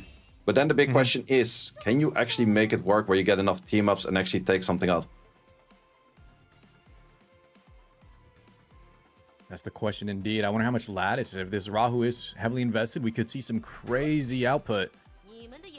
But Yep. I mean, between the origami stacks, between the double healers, the barriers, it's still, I think, going to take a minute. Yeah, this will definitely take a minute right there. We also do have an Artisan on that Rahu, so if he stacks that at the right moment with the defense buff, that's just a massive 22k shield. Yeah, that's right. We've seen it many times today. That shield. Oh, Lily getting a little low.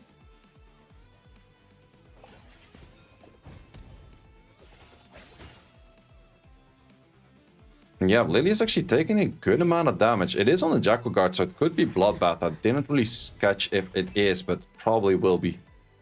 I feel like it is, right? I think any player that of this caliber that's going to pick a Lily in a slow match, if you're not on Bloodbath, you're just trolling. Yeah, that's very true. That's what I've been doing. I've been trolling. So say, have you been picking a Lily into a Bruiser and she's on like White Fang? I feel like if you don't take enough advantage, she's just going to get one-tapped. Well, the thing is, I'm still kind of early picking Lily most of the time because the moment I started first picking Holden, it just didn't really work out for me. But that's the thing. I don't have a full lineup of Bloodbath yet. And that's one of those things, like same with Bulwark. The more units you have on Bulwark, the stronger your synergy is. The same with Bloodbath. If you have 4 units on Bloodbath, it's really good. But if you have 3 units on Bloodbath, they are going to find that 1 unit off Bloodbath and just focus it down. Exactly. That's very well put. All right. We've seen the weak target here. Bloodbath or not is the Lily, hovering at around 33% health. Yep. We still have some healing coming in. We have some will prayers coming in. But I don't really see this Rahul dealing that much damage just yet. So definitely it does seem to be that the double DPS setup with double healer seems to be stronger. Does seem to be stronger. Now the Lily does get a little lifeline thrown out there. The barrier not. I don't think that's the 22k. Do we have the defense up? No, but I mean, it's still going to save her some damage coming through. Yeah, it's a 16k barrier, so we'll just take a bit of time to get that out. But then again, Lily is mostly pretty fast, does have the speed buff, so she will just shake it off herself at some point. Yeah, it's going to be a minute. All right. Back to neutral once again. Yep. Also, in this case, the say- moment the Tiamat transforms, like, sure, Rahul can counter, but it's just the Bramble set, so it's not that much chance. Oh, yeah, yeah. Unlike when you face into a Holden plus Mizuki where you're scared to death. Yeah, I feel like she's going to be okay here. Yep. And we're back to full HP on about everything. Oh, yeah. Here we go, guys. Make sure y'all send in your feedback for the mid-season balance patch. Yep, we can use a bit of that. Well, there's a defense break right now. Defense buff. How much are we hitting on this? Are we waiting for that? Absolutely nothing. Yeah, that was almost unimpactful. Yep, that was way less than expected. This damage, not too bad of damage on the defense buff, though. Not bad, but then you have that Lighthouse Ling and then the S2 healing back up. We're kind of, once again, back to ground zero. Yeah, back to pretty much doing nothing at all. Okay, Alden is rocking in some damage with the defense buffs. If you extend those, it's always nice. Jackal Guard, that Shackle. Jackal Guard doing a little bit of chip damage. 我看见了。 Okay. Ooh, Sonya cutting in with a Gigabyte, removing the defense break. Back to full HP. Yeah, back to full. Ethereum effect, guys, is kicking in. We're at level 1, almost level 2. Hang tight. Yep. Yeah, I would say in this kind of matchup, I would say that 15 turns, maybe even 10 turns would be enough to go to the next level. But how do you calculate, like, I'm assuming you're saying in these only in these matchups, right? Not in a control or like maybe a more standardized lineup. Is there a way we can get it to only happen when there's a lot of bruisers? Well, to be honest, I don't think it really matters, right? Because even in control, it is still a way to win. And I would be fine with that because then also your control is not taking forever. But in the end, control is taking place against, well, it's mostly taking place against healers. But then, no, I think I'm actually kind of fine. Bruce is too strong anyways. Make it like 50 turns, I'm fine with that. Because now... You're saying just accelerate for everything, right? Just because Yeah. I think that could definitely happen. But if you try to nitpick or choose a specific lineup, I feel like the coding is going to be pretty complicated. So I'm down for that too. Let's Yeah. increase the rate of Ethereum effect for sure. Yeah, I would just say, like, make it 50 turns and you lose all healing. So every 10 turns, you lose, like, 20%. I'm totally fine with that, because in other games, I'm not sure about Epic 7. In Summoners War, at some point, HP goes down by 10% and attack goes Yeah. up by 10%. So, I believe it's similar, yeah. so at that point, at some points, like, we have a similar unit like Sanya, which is a Rakuni. Rakuni skill 1 at some point starts dealing like half HP of the enemy. So Sanya would do half HP of the enemy if you're looking at 70% attack up and 70% HP down. And you know how many turns does that take in SW? It does take a fair bit of turns. To be honest, I'm not really sure because I think the first few... is it 10 turns per? It could be per 10 turns. I think so, maybe, yeah. But I'm not 100% sure. Okay, 10 turns per.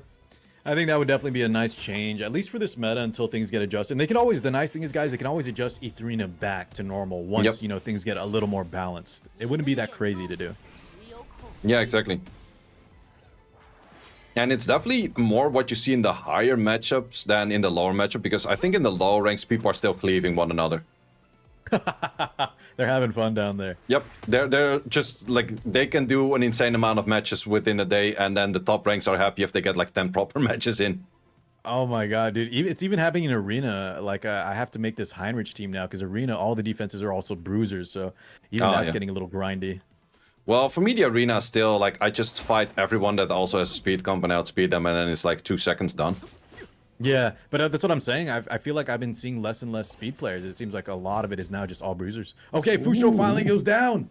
We actually have the roll taking the W right there, so I think that Keker's looking at a favorable position right now, because from here, I think it's easily done. So once again, Lily is having good value on just the twin trick. Okay, decent damage. Whale Prayer topping off that sign just a little bit. Keker in a advantageous position at the moment, though. Yep, Raul's showing really good value. Maybe it would be one of those units that, if the Bruiser meta is here to stay, might be on the list for me to be next to be skilled up, I would say. Oh man, dude, I've always been a believer, big believer in the Rahu, just in general. But now that you look at the advantageous elements, right? I think he's situated very nicely. Yep, not gonna do all too much damage on this skill right now. Getting the counter, nearly taking it out, or does actually take it out. Okay. Yeah, that well-timed Bramble.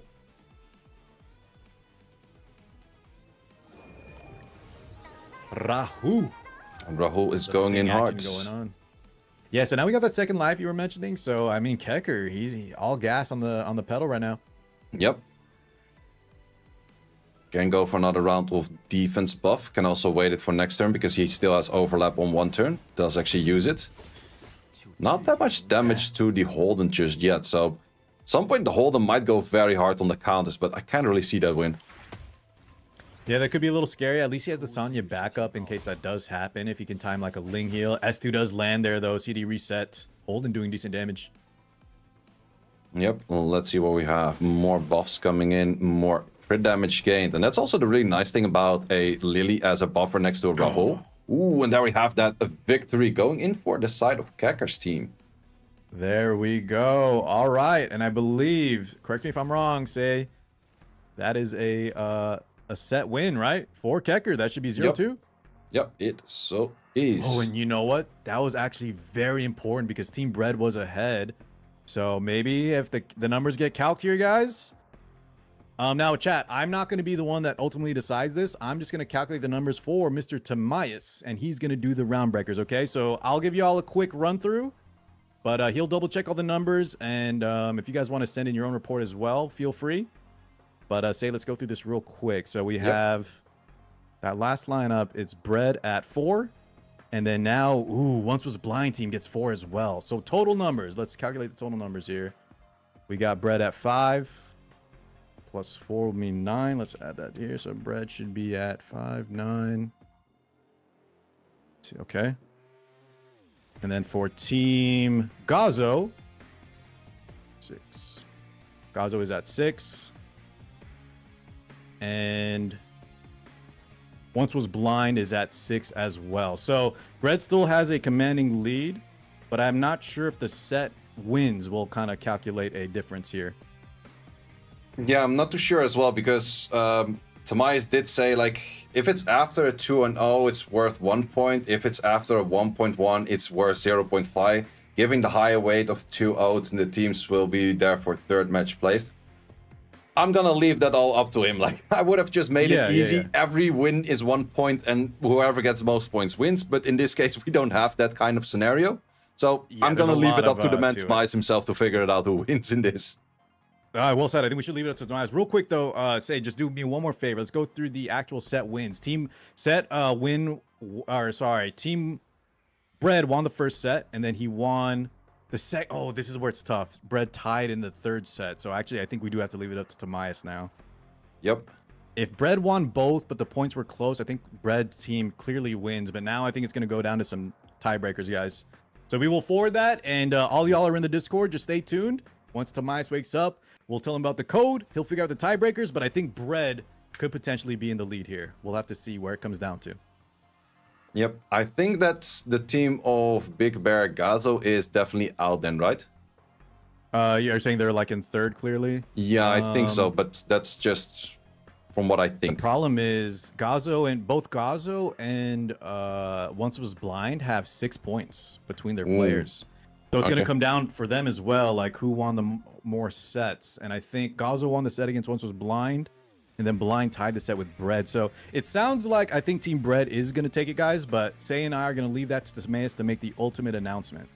Well, it is good to see that in the end, like if we're just looking clearly at points, all of the points are pretty close to one another. So in the end, the idea of Shotty to getting teams picked up like this rather than just having a guild together or anything like that does show that we have a little bit more fair matchups rather than just one team stomping one other team.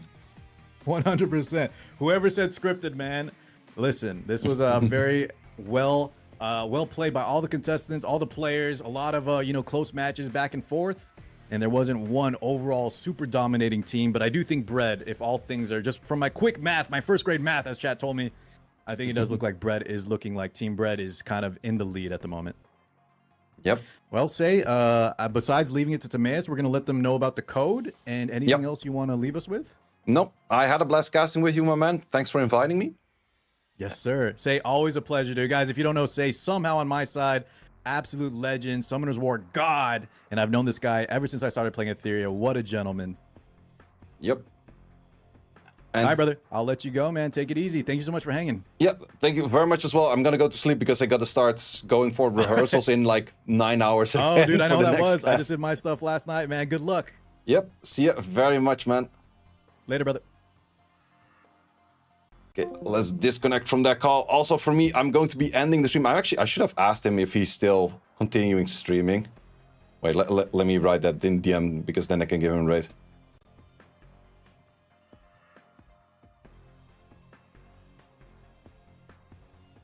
But yeah, that was fun to see. First time for me casting this kind of tournament. Last few times I was always playing in these kind of tournaments, but casting was fun as well. Do I still have to do some daily kind of stuff? I think I did do most. Just haven't done this one yet, and the Phantom Theater, it seems. Can I just quickly turn that on? And for this, I always like to do this, remove you, and pick whatever is on some of my allies. This one it is. But yeah, I'm gonna go into chill modes. Was a long day for me. Also, I will be back for SWC tomorrow, and also will be doing the Arena Rush tomorrow. So tomorrow, double stream once again. And let me send you guys off to my good friend, Mr. Carr.